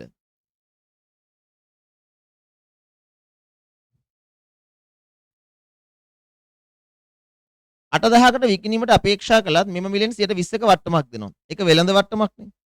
8 දැන් 20%ක් අඩු කළා තමයි විකුණුම් මිල ගන්නෙ. අපි ඒක දායකයෙ හොයදී ගමු.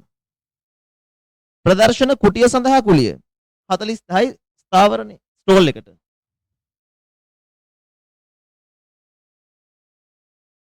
ස්ටෝල් එකට 40,000යි. ඊට පස්සේ අත්පත්‍රිකා මුද්‍රණය 5000යි.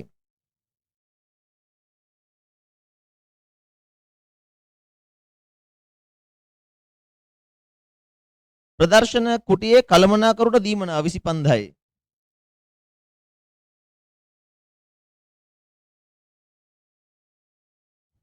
තාවරයිනේ.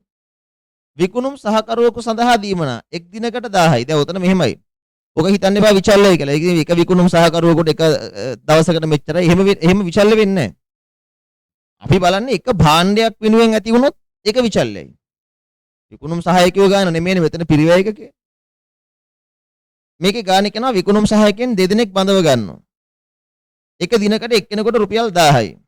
ප්‍රදර්ශනයේ උඩින් කිව්වා දවස් 10ක් තියෙනවා කියලානේ. විකුණුම් සහායකයෙකුට විකුණුම් සහායක දීමනාව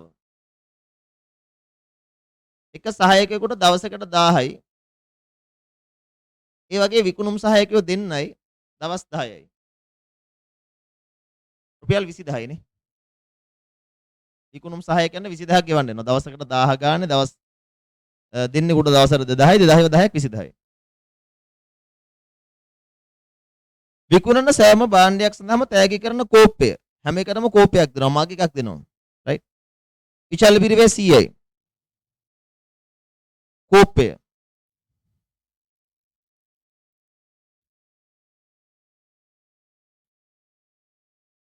ඒ අනුව මේ කාර්යයේ ස්ථාවර පිරිවැය මෙන්න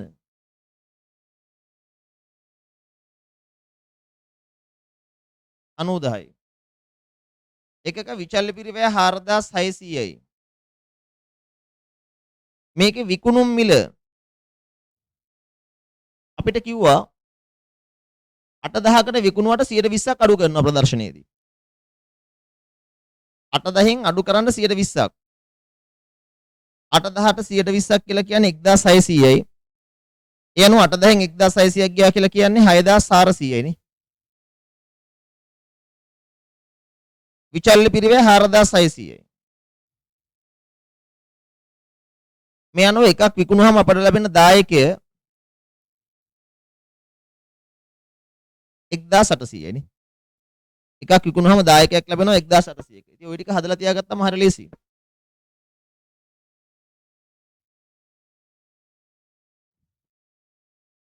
පැහැදිලිද? එකක දායකයේ සැදීම දක්වා. දැන් බලන්න මොනවද අහන්නේ?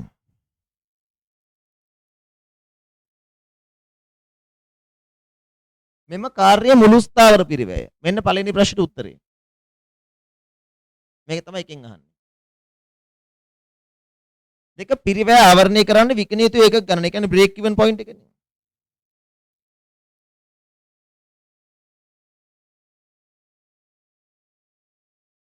ස්ථාවර පිරිවැය බෙදන්න එකක දායකෙන්. ස්ථාවර පිරිවැය 90000යි. එකක දායකයෙක් 1800යි. ඒකක 50යි නේ. ඒකක 50ක් වික්කනම් බ්‍රේක් ඉවන්. 2,70,000ක ලාභ ලබන්න විකිණිය යුතු එකක ගණන. අපි දන්නවා ලාභ ලැබීමට නම් ස්ථාවර පිරිවැය දන අවශ්‍ය කරන ලාභය බෙදන්න එකක දායකයෙන්. ස්ථාවර පිරිවැය 90000යි. අවශ්‍ය කරන ලාභය 2,70,000යි. එකකින් දායකයෙ 1800යි. 200යි නේ. හරිම ලේසි ඒවා.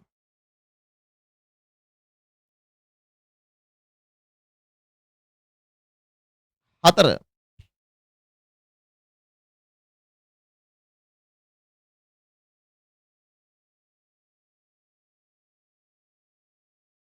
විකුණන සෑම ඒකකයක් සඳහාම විකුණුම් මිල මත 10%ක කොමිසක් ගෙවනවා කළමනාකරුට. ඒකක 100ක් විකුණනකොට උපයන ලාභය. මෙහෙම කරන්න. හැම ඒකකයක්ම දැන් මතක තියාගන්න මෙතන විකුණුම් මිල කීයද? 6400යි. 8000 නෙමෙයි ගන්නෙ. විකුණුම් මිල කියලා ගන්නේ 6400. මොකද කළමනාකාරයාට වට්ටම අඩු කිරීමට පෙරාගේ මත අපි දෙන්නේ නැහැ නේ කොමිසක් කීයටවත්. දෙන්නේ 6400යි. ඒතර ඒ මත තව විචල්්‍ය පිරිය වැඩි වෙනවනේ. ඒ අනුව අපි දැන් බලමු මෙහෙම. මේ අනුව විකුණුම් මිල 6400යි නේ. විචල්්‍ය පිරිවැය 4600 ප්ලස් මේකෙන් 10%ක් ඒ කියන්නේ 640යි. දැන් විචල්්‍ය පිරිවැය වැඩි වෙනවා. ඒ කියන්නේ විචල්්‍ය පිරිවැය කීයද? 6400 640යි 5240යි.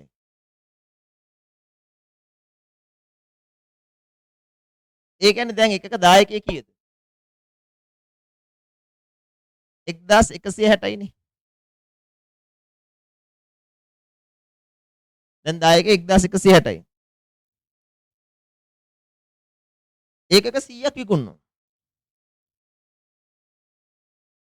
ඒකක 100ක් විකුණනකොට මුළු දායකය 1160 වැඩි කිරීම 100.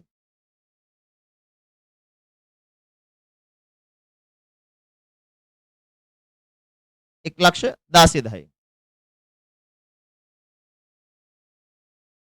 මේක ඍණ ස්ථාවර පිරිවැය 90යි.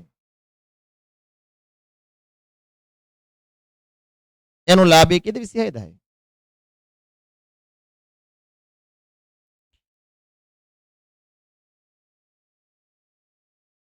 ඒතර ලාභය 26000යි.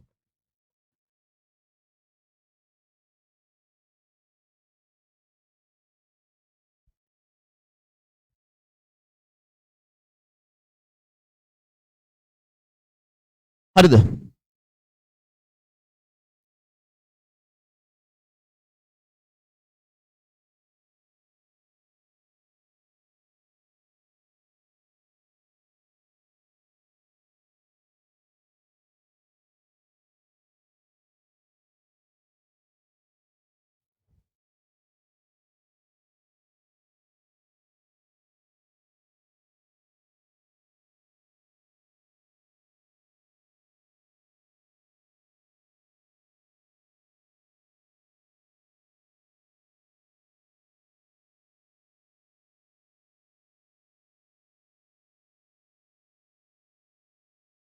බලන්න.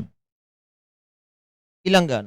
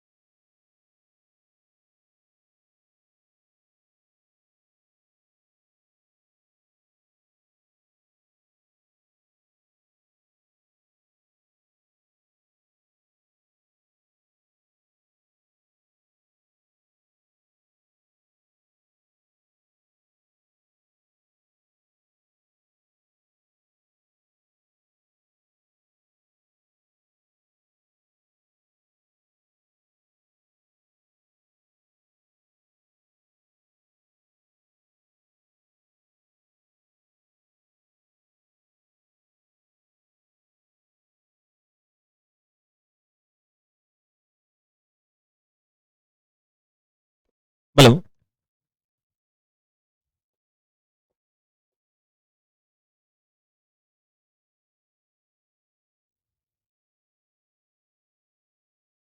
නාගේන්ද්‍රන් මහතා කොළඹ පෞද්ගලික පාසලක් ආරම්භ කිරීමට සැලසුම් කරමින් සිටී. මෙම පාසලේ අපේක්ෂිත ආදායම් සහ පිරිවැය පහත පරිදිය. සිසුවෙකුගෙන් ගාස්තු. මේ සිසුවෙකුගෙන් ගාස්තු කියන්නේ ආදායම්. ලියාපදිංචි ගාස්තු වර්ෂයකට, පහසුකම් ගාස්තු වර්ෂයකට, පාඨමාලා ගාස්තු මාසිකව.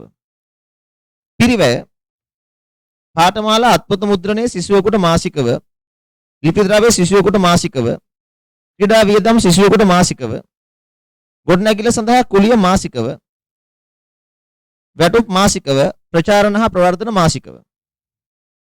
මේ ගානේ වෙන ගණන් වල නොතිබ්බ අමුතු හැඩයක් තියෙනවා. ආදායම් මූලාශ්‍ර ගොඩක් තියෙනවා.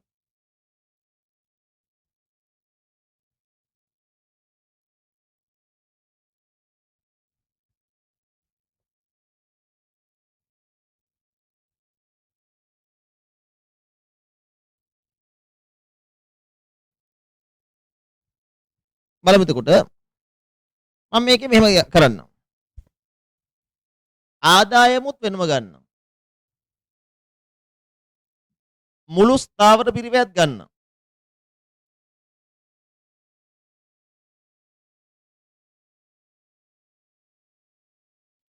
ඒකක එක විශාල පිරිවැයත් ගන්නවා.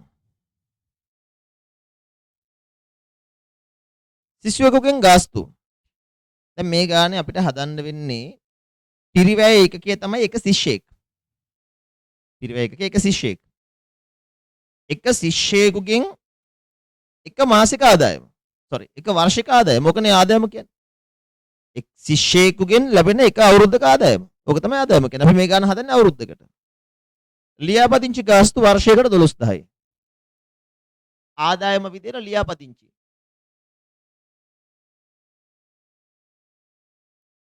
පහසුකම් ගාස්තු 12000යි.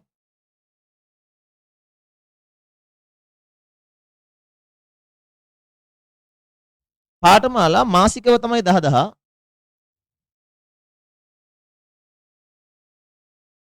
10000 වැඩි කිරීම 12 1,20,000යි. පිරිවැය පාඨමාලා අත්පොත දැක්කද? එතන සිසුවෙකුට මාසිකව ඒක විචල්‍යයි. පාඨමාලා අත්පොත සිසුවෙකුට මාසිකව 4000යි. හැම ශිෂ්‍යයෙකුටම මාසිකව 4000යි. මාස 12ට 48000ක් යනවා.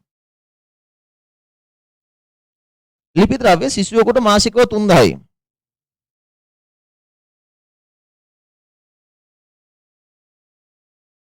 36000යි අවුරුද්දට. ක්‍රීඩා වියදම් සිසුවෙකුට මාසිකව 1000යි.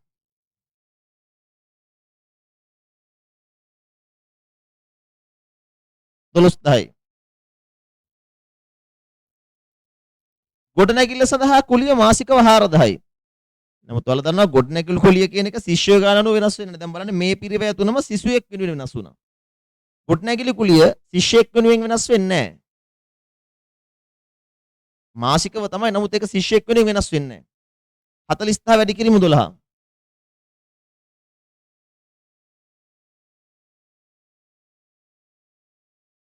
හාරලක්ෂ 80000යි. වැටුප් මාසිකව 36යි. ස්ථාවරයිනේ.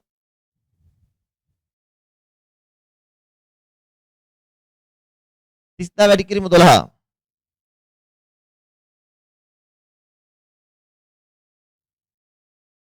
ලක්ෂ 60000යි. ප්‍රචාරණ හා ප්‍රවර්ධන මාසිකව 10000යි.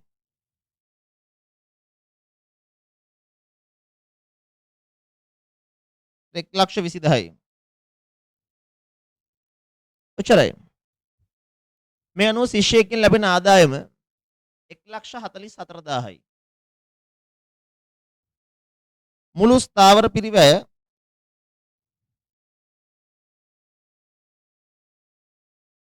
9,60,000යි. ශිෂ්‍යයෙක් වෙනුවෙන් විචල්්‍ය පිරිවැය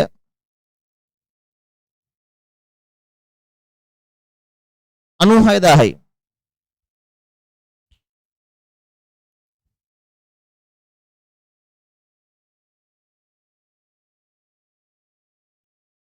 එතකොට මුලින්ම අහන්නේ එක ශිෂ්‍යයෙක්ගේ දායකය. දායකය කියන්නේ විකුණුම් ඍණ විචල්්‍ය පිරිවැය. විකුණුම කියන්නේ 1,44,000යි ආදායම. ශිෂ්‍යයෙක් මත විචල්්‍ය පිරිවැය 96,000යි.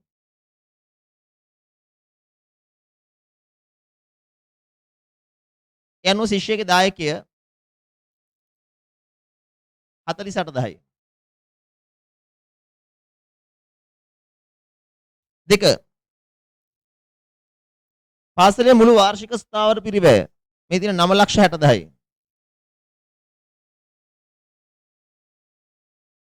තුන මුළු වාර්ෂික පිරිවැය ආවරණය කිරීමට බඳවා ගත යුතු සිසුන් ගණන. ඒ කියන්නේ බ්‍රේක් ඉවන් නේ. තුනෙන් බ්‍රේක් ඉවන්.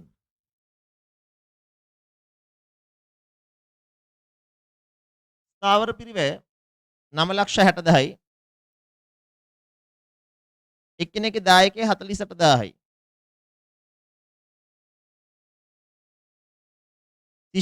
ශිෂ්‍යෝ 20ක් හිටියා නම් බ්‍රේක් ඉවන්. 4 2,00,000 ලාභයක් ලැබීමට බඳවා ගත යුතු සිසුන් ගණන. එකම ටික අහන්නේ.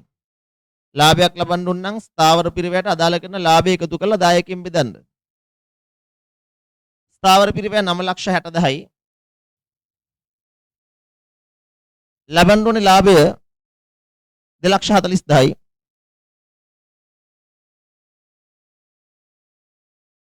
දායකය 48,000යි.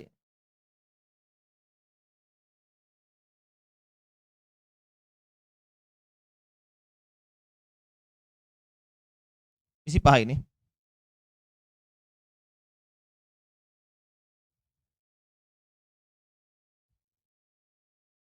ඔව්. 5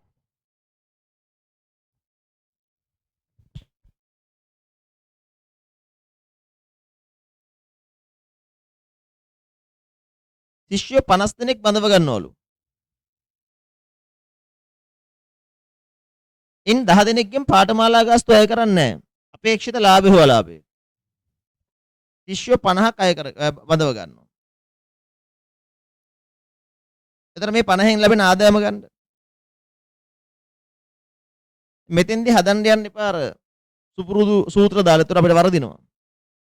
50න් 10 දෙනෙක්ගෙන් පාඨමාලා ගාස්තු අය කරන්නේ නැහැ. ඒතර ආදායම 40 දෙනෙක්ගෙන් මේ ආදායම ලැබෙනවා. 1,44,000 ගානේ. 10 දෙනෙක්ගෙන් පාඨමාලා ගාස්තු අය කරන්නේ නැහැ. සමහර වෙලාවට ළමයෙක් නොමග යනවා ඒ 10 දෙනාගෙන් මුකුත් අය කරන්නේ නැහැ කියලා. එහෙම නෙමෙයි කියන්නේ. මෙන්න මේ පාඨමාලා ගාස්තුව තමයි අය කරන්නේ නැත්තේ. 1,20,000 අය කරන්නේ නැහැ. පාඨමාලා ගාස්තුව. නමුත් ලියාපදිංචි හා පහසුකම් ගාස්තුව අය කරනවා. ඒ කියන්නේ 24,000 ගානේ හම්බ වෙනවා.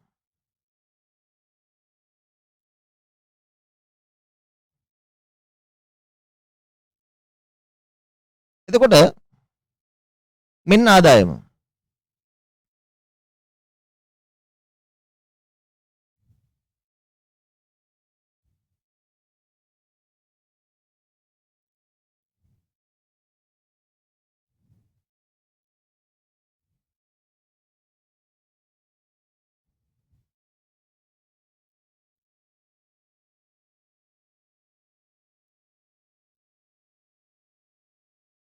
පිරිවැය විචල්්‍ය පිරිවැය එක්කෙනෙකුට 96,000 ගානේ 50ටම තියෙනවනේ.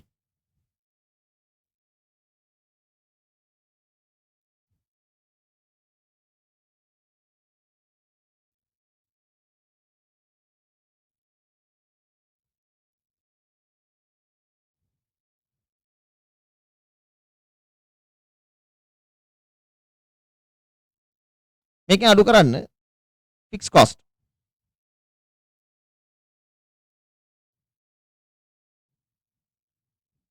නම ලක්ෂ 60,000යි.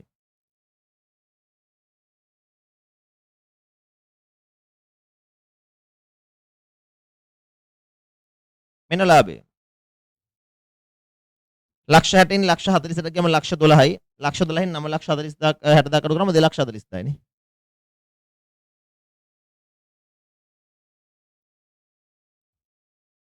හරිද?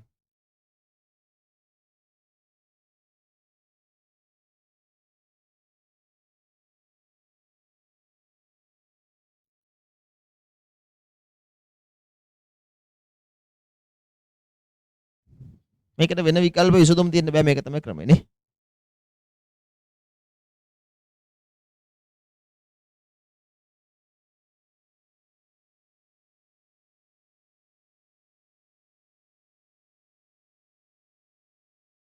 ප්‍රශ්න අංක 11.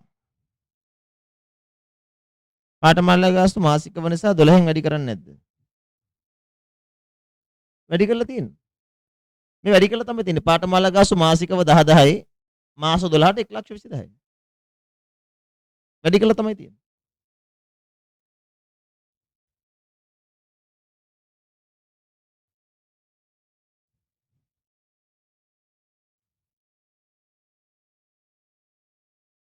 ඔව් අර ඉස්සර පේපර්ස් වලට එන්න ලේසි වෙලා කියලා වලට තේරෙනවද?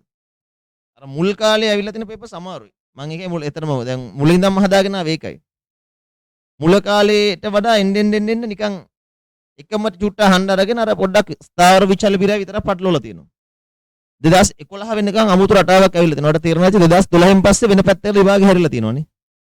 ඒක තමයි ට්‍රෙන්ඩ් ඇනලිසිස් කියන්නේ. 6 සිට 11 වෙනකන් විභාගෙ එන්න අමාරු වෙලා 11 දී උච්චතම අවස්ථාවට ඇවිල්ලා 11න් පස්සේ ආයි පාරක් පල්ලෙහාට තියෙනවා. 12 සිට ලේසි වෙලා.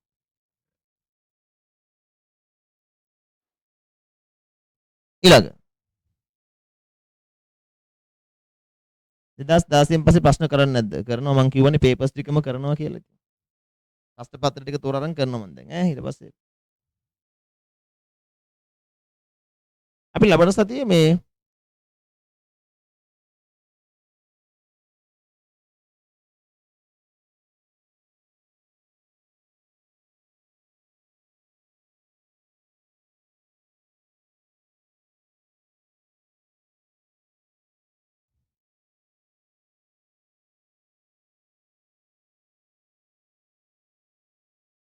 කෙනෙක් අහනවා අරගේ පාඨමාලා ගාස්තු නිදහස් කරන එක විශාල පිරිවැයක් වෙනද නෑනේ. ඉතින් අපිට ආදායමක් අහිමි වෙනවා කියන්නේ පිරිවැයක් වෙන්නේ නෑනේ.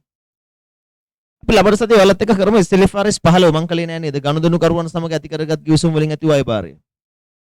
ලබන සතියේ SLFRS 15 කරමු බදාදා ක්ලාස් එකේ. ඒක කරලා ඉවරයි කරදර විතර සියල්ල ඉවරයි. ඊට පස්සේ අපිට හෙට දවසේදී පොදු කාර්ය පිරිවෙල ඉවර කරගන්න පුළුවන්. ඊට පස්සේ ආයෝජනයකින් ඊළඟ දවසේ අපිට ගන්නට කිව්වා වගේ මේ මාසෙදී වැඩ ටික ඉවරයි. ඊට පස්සේ තමයි වැදගත්ම හරිය ෆුල් පේපර්ස් ටික අපි කරමු ගන්න. රයිට්.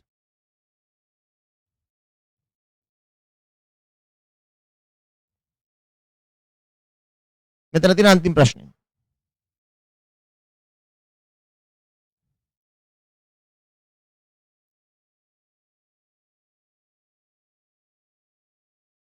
ළමෙක් නැවත නැවත මගෙන් ප්‍රශ්නයක් අහනවා පාඨමාලා ගාස්තු මාසිකව දීලා තියෙන නිසා වාර්ෂික කරන්නේ නැද්ද? අනේ ළමයි මම ඔකට තුන් පාරක් උත්තර දුන්නනේ අහගෙන ඉන්නකො ප්‍රශ්නේ ඇහුවට පස්සේ.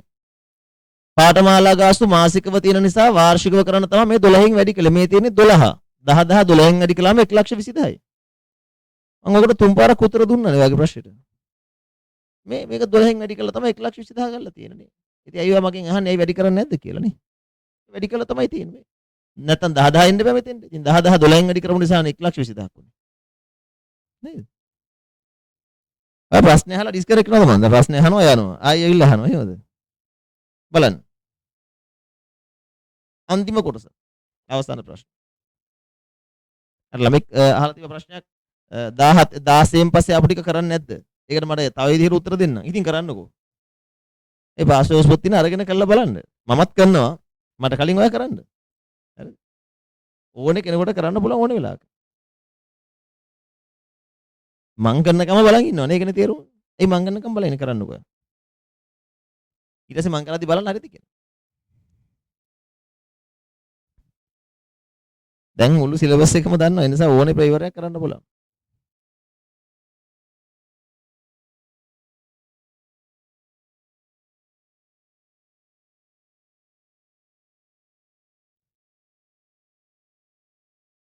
පාසලක ගුරුවරුන්ගේ සුබසාධක සංගමයක් එහි සමාජිකයන් සඳහා සුවද හමුවක් සංවිධානය කරමින් සිටී. මෙම සංගමයේ සමාජිකත්වය දැනට සේවයේ නියුතු ගුරුවරුන් 30කකින් සමන්විතයි. මෙම හමුව සඳහා පහත වියදම් ඇස්තමෙන්තු කළා. සංග්‍රහ වියදම් එක් සමාජිකයෙකුට සමරු කලාපය තෑගි පාර්සලය. පෝටල් ගාස්තු ශාලා සැරසිරි ශබ්ද විකාශන යන්ත්‍ර සඳහා කුලිය හමුව සංවිධානය කිරීමේ වියදම්. විශ්‍රාමික ගුරුවරුන්ද ඇතුළුව සහභාගී වන සියලු ගුරුවරුන්ට ප්‍රවේශ පත්‍ර අලෙවි කිරීමට සංගමය බලාපොරොත්තු වේ. ප්‍රවේශ පත්‍රයක් රුපියල් 3000කට මිල කර ඇත. අතිරික්ත මුදල් පුණ්‍ය කටයුත්තක් සඳහා යොදවනු ඇත.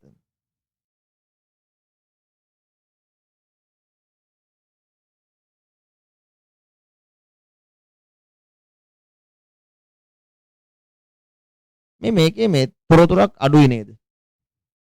විශ්‍රාමික ගුරුවරු ගාන කීයද කියලා දෙන්නේ නැහැ නේද?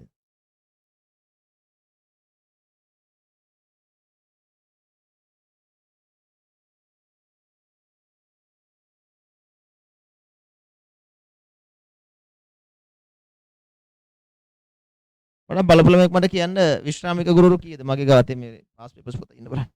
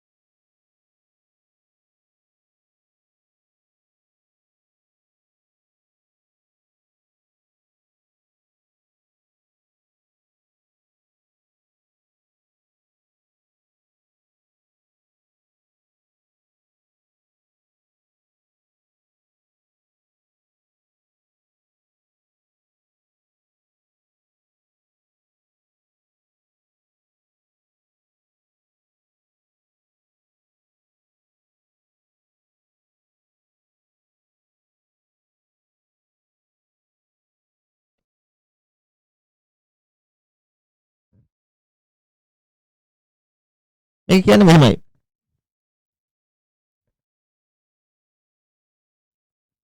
මේක පොඩ්ඩක් මෙහෙම හදාගන්න. පාසලක ගුරුවරුන්ගේ සුබසාධක සංගමයක් එහි සමාජිකයන් සඳහා සුවද හමුවක් සංවිධානය කරමින් සිටී. මෙම සංගමයේ සමාජිකත්වය දැනට සේවයේහි නියුතු ගුරුවරු 120කින් සහ විශ්‍රාමික ගුරුවරු 30කකින් සමන්විතයි. අන්න එතන පොඩි වරදක් තිබ්බා.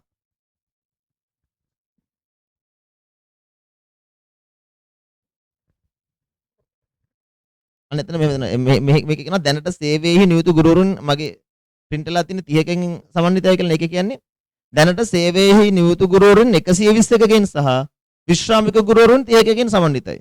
අන්න එතනයි වරද තියෙන්නේ. සේවයේහි නියුතු 120යි විශ්‍රාමික 30යි.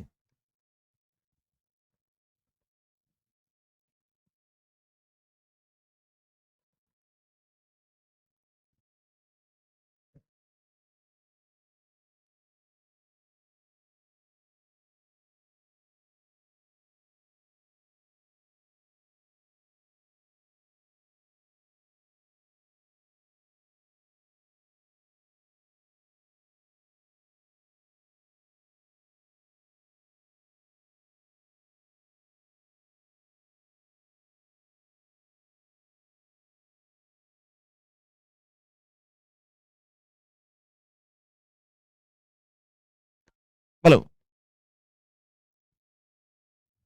එතකොට අපි මේකෙත් බලමු ඉස්සෙල්ලා විදිහටම හදලා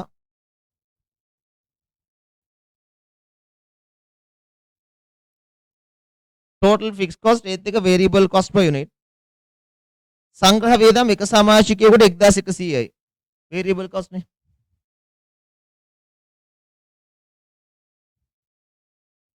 සමරු කලාපයේ 225යි.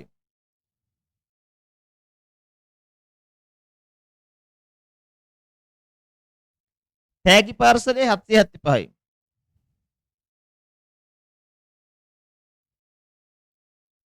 දැන් හෝටල් ගාස්තු කියන්නේ ස්ථාවර පිරිවැය 35000යි.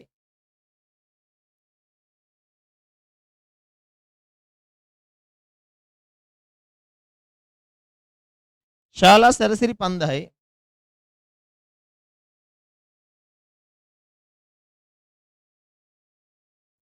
ශබ්ද විකාශන 2000යි.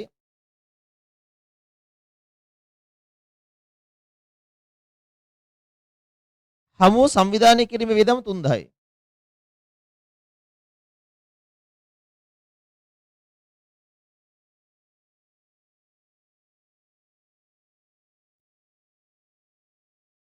එතකොට ගොඩක් ලේසි ප්‍රශ්න නේද? මුළු ස්ථාවර පිරිවැය 45000යි, විශාල පිරිවැය 2100යි. ආදායම 3000යි.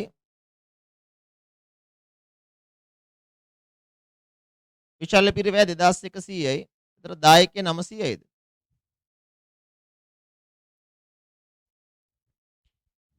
ඒකනේ පළවෙනි ප්‍රශ්නෙන් අහන්නේ. ගොඩක් ලේසි ප්‍රශ්නේ.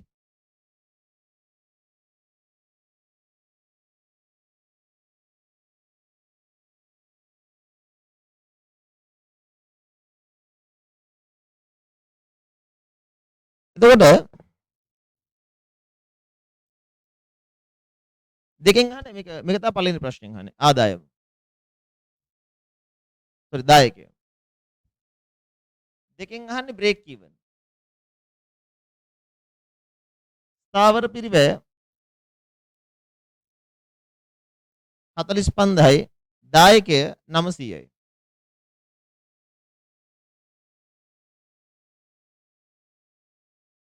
පනස් දෙනෙක් සහභාගී වුණොත් බ්‍රේක් ඉවන්.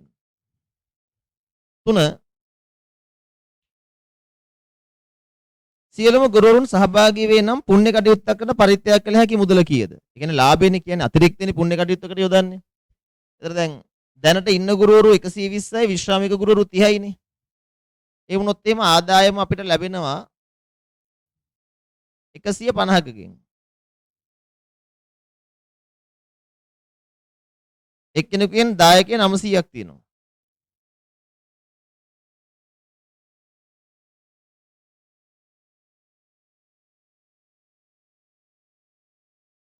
මේකෙන් අඩු කරන්න ස්ථාවර පිරිවැය.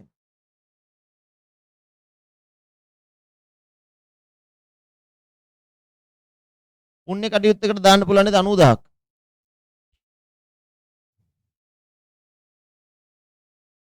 එතකොට 27000ක් පුණ්‍ය කටයුත්තකට දාන්න නම් සහභාගී වූ ගුරුවරු සංඛ්‍යාව. ඒ කියන්නේ අතරම අහන්නේ ලාභයනේ.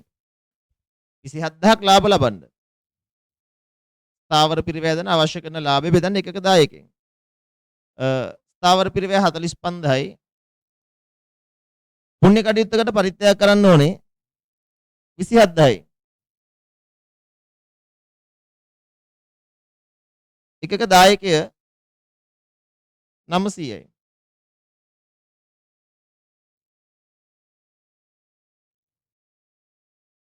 පහයි. එතන 50යි 30යි 80යිද?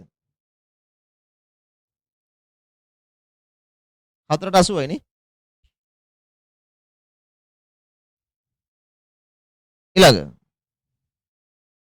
සියලුම ගුරුවරු සහභාගී වන්නේ නම් ප්‍රවේශ පත්‍රයක් විකිණිය හැකි අවම මිල. දැන් මෙතන කියන්නේ සියලුම ගුරුවරු සහභාගී වෙනවා ප්‍රවේශ පත්‍රයක් විකුණන. ඒ කියන්නේ සියලුම ගුරුවරු 150යි. 150න් බ්‍රේක් ඉවන් වෙන්න ඕනේ. ඒකනේ කියන්නේ. 150න් බ්‍රේක් ඉවන් කරන්න. 150න් බ්‍රේක් ඉවන් කරන්න නම් 150යි බ්‍රේක් ඉවන් වෙන්නේ. ෆික්ස් කොස්ට් එක 45000යි. එක්කෙනෙක්ගේ දායකය 900යි.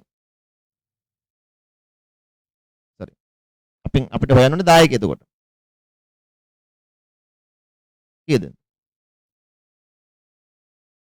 300යි.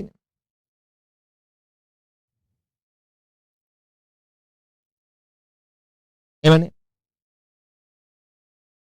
ඉතින් දැන් බලන්න ආදායම ඍණ විචල්්‍ය පිරිවැය සමානයිනේ දායකය. දායකයේ 300 යෝනේ.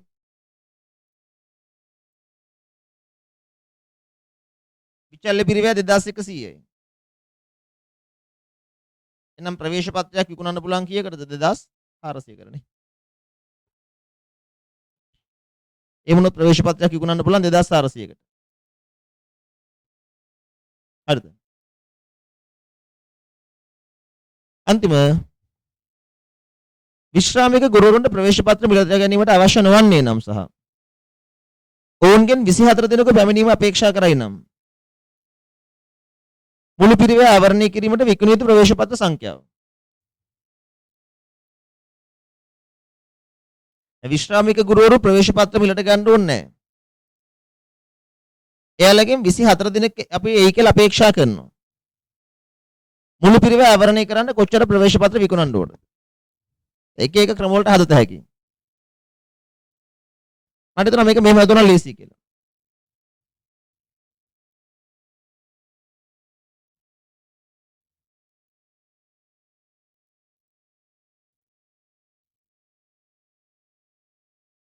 මේක මෙහෙම හදුනා ලේසි. මේ ගානේ නිකන් හදන්න මේක සූත්‍ර 1000 හදන්න යන්න විතර පැටලෙනවා. විශ්‍රාමික ගුරුවරුන්ට ප්‍රවේශ පත්‍ර ගන්න ඕනේ නැහැ.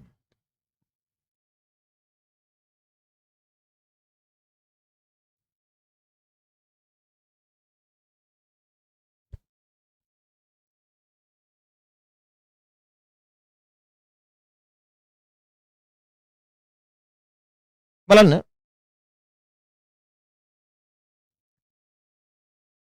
මෙතන නැතවට මෙහෙම යන්නත් පුළුවන්. දැන් ඔය විශ්‍රාමික ගුරුවරුන්ගේ පිරිවැයත් අනිත් අය ආවරණය කරගන්න එපා. ඕකනේ උතන තියෙන තර්කය. දැන් මෙහෙම හිතන්නකෝ. ෆික්ස් කොස්ට් එක කොහොමදක් තියෙනවා. කීයද ෆික්ස් කොස්ට් එක? 45000යි. මෙහෙම හදන්නකෝ සූත්‍රයක් අරගෙන ඒක ලේසි. විශ්‍රාමික ගුරුවරුන් ඉන්නවා. එයාලා 24 දිනක් අපි හිතනවා බලාපොරොත්තු වෙයි කියලා අපි බලාපොරොත්තු වෙනවා. ඒ 24 දින ආවොත් මේ ස්ථාවර පිරිවැයට අමතරව 2100 ගානෙත් පිරිවැයක් අපිට දරන්න සිද්ධ වෙනවා එයාලා වෙනුවෙන්. එතකොට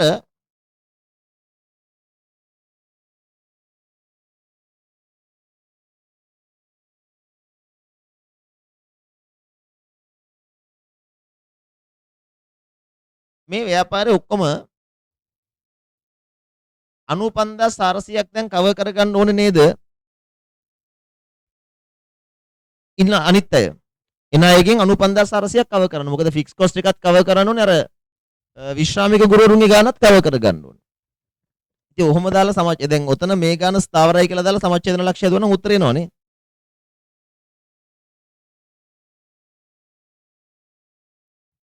සමහර අදහස් දක්වනවා විශ්‍රාමික ගුරුවරු නිකන් දුන්නොත් නම් එයි නැත්තම් එන්නේ නැහැ කියලා. බලන්න. ඔව් ඒකත් ඇත්තනේ. එතකොට මම හිතනවා මෙහෙම හදුවනම් මේක ලේසි. බ්‍රේක් ඉවන් කරන්න ඕනේ. මේ වෙලාවේ අපි හිතමු දැන් මේ මුළු ගාන ස්ථාවර පිරිවැයක් නේ. ඒ ඉතින් දැන් අර ගාන කොහොමදත් අපිට දරන්න සිද්ධ වෙනවනේ. 95400 බෙදන්න සාමාන්‍ය විශ්‍රාම ගත නැති එක්කෙනෙක්ගේ දායකින්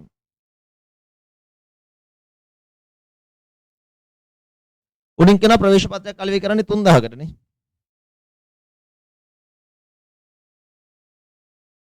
නමසී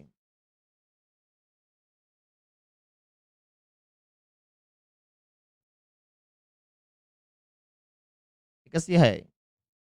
ඒ තව ක්‍රම වලට හදන්න පුළුවන්. මේක කෙනෙක් හිතන්න පුළුවන් ඇයි ඉතින් මේක ස්ථාවර පිරිවැයනේ. දැන් මේක ස්ථාවර පිරිවැයක් කියලා ගත්තේ ඇයි මේක විශ්‍රාමකගේ ගුරුවරුන්ගේ ගාන ඇයි දැන් විචල්්‍ය පිරිවැය ස්ථාවර පිරිවැයක් වෙලානේ. එහෙම හිතෙන්න පුළුවන්. ඇත්තටම මෙතන දැන් මේක තවදුරටත් විචල්්‍ය පිරිවැයක් නෙමෙයිනේ.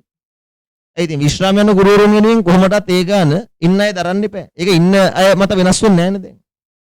අලුතෙන් එක්කෙනෙක් ආවා කියලා තව ගුරුවරයෙක් ආවා කියලා මේ පිරිව වෙනස් වෙන්නේ නැහැ. මේක විශ්‍රාම යන අය වෙනුවෙන් අපි අනිවාර්යෙන් දරන්න ඕනේ. ඒතර මේක දැන් ස්ථාවර පිරිවෙක් වෙනවා. ඒතර මේක මේ ආයතන දැන් මුළු මේක ස්ථාවර පිරිවේ කොටසක් වෙනවා. 아무තු කතාවක් අපිට හම්බුනේ නැහැ. කෙනෙක් මේක වෙන වෙන ක්‍රම වලට හැදුවත් උත්තරයක් ගන්න පුළුවන්. නමුත් මේක පහසුයි.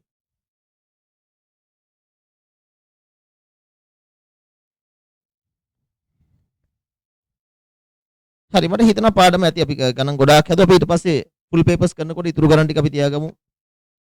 මම ඒ වගේ අන්තිම අවුරුදු දෙක තුනේ කොහොමදත් පේපර්ස් ටික කරන්න ඕනේ. මොකද හිතන්නේ පාඩම තේරුණාද?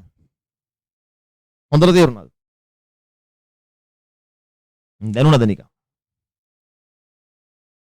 ඔය වගේම රසවත් පාඩමක් තමයි ආයෝජනය කිරීම. ඒ නිසා අපි ආයෝජනය කිරීම පාඩමක් කරමු.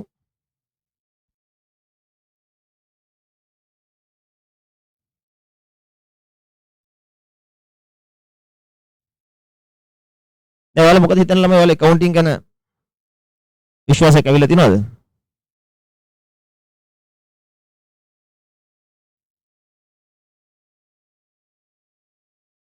හොඳට පාඩම් කරන්න. පාඩම් කරන එක පොඩ්ඩක්වත් අඩු කරන්න එපා. විභාගේ කල් ගියත් එකයි නැතත් එකයි. මේ පාඩම ඉවරයි. ඔව්. පාඩම ඉවරයි. ඔසි ඔක්කොම ගණන් ටික හැදුවනේ තාම මොනවද නේ? එතකොට මේ විභාගේ කල් ගියත් එකයි නැතත් එකයි.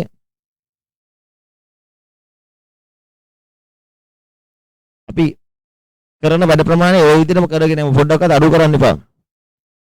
ඒ වේට් එක චුට්ටක්වත් අඩු කරන්නේ නැතුව ඔයා වැඩ ටික හොඳට කරගෙන යන්න.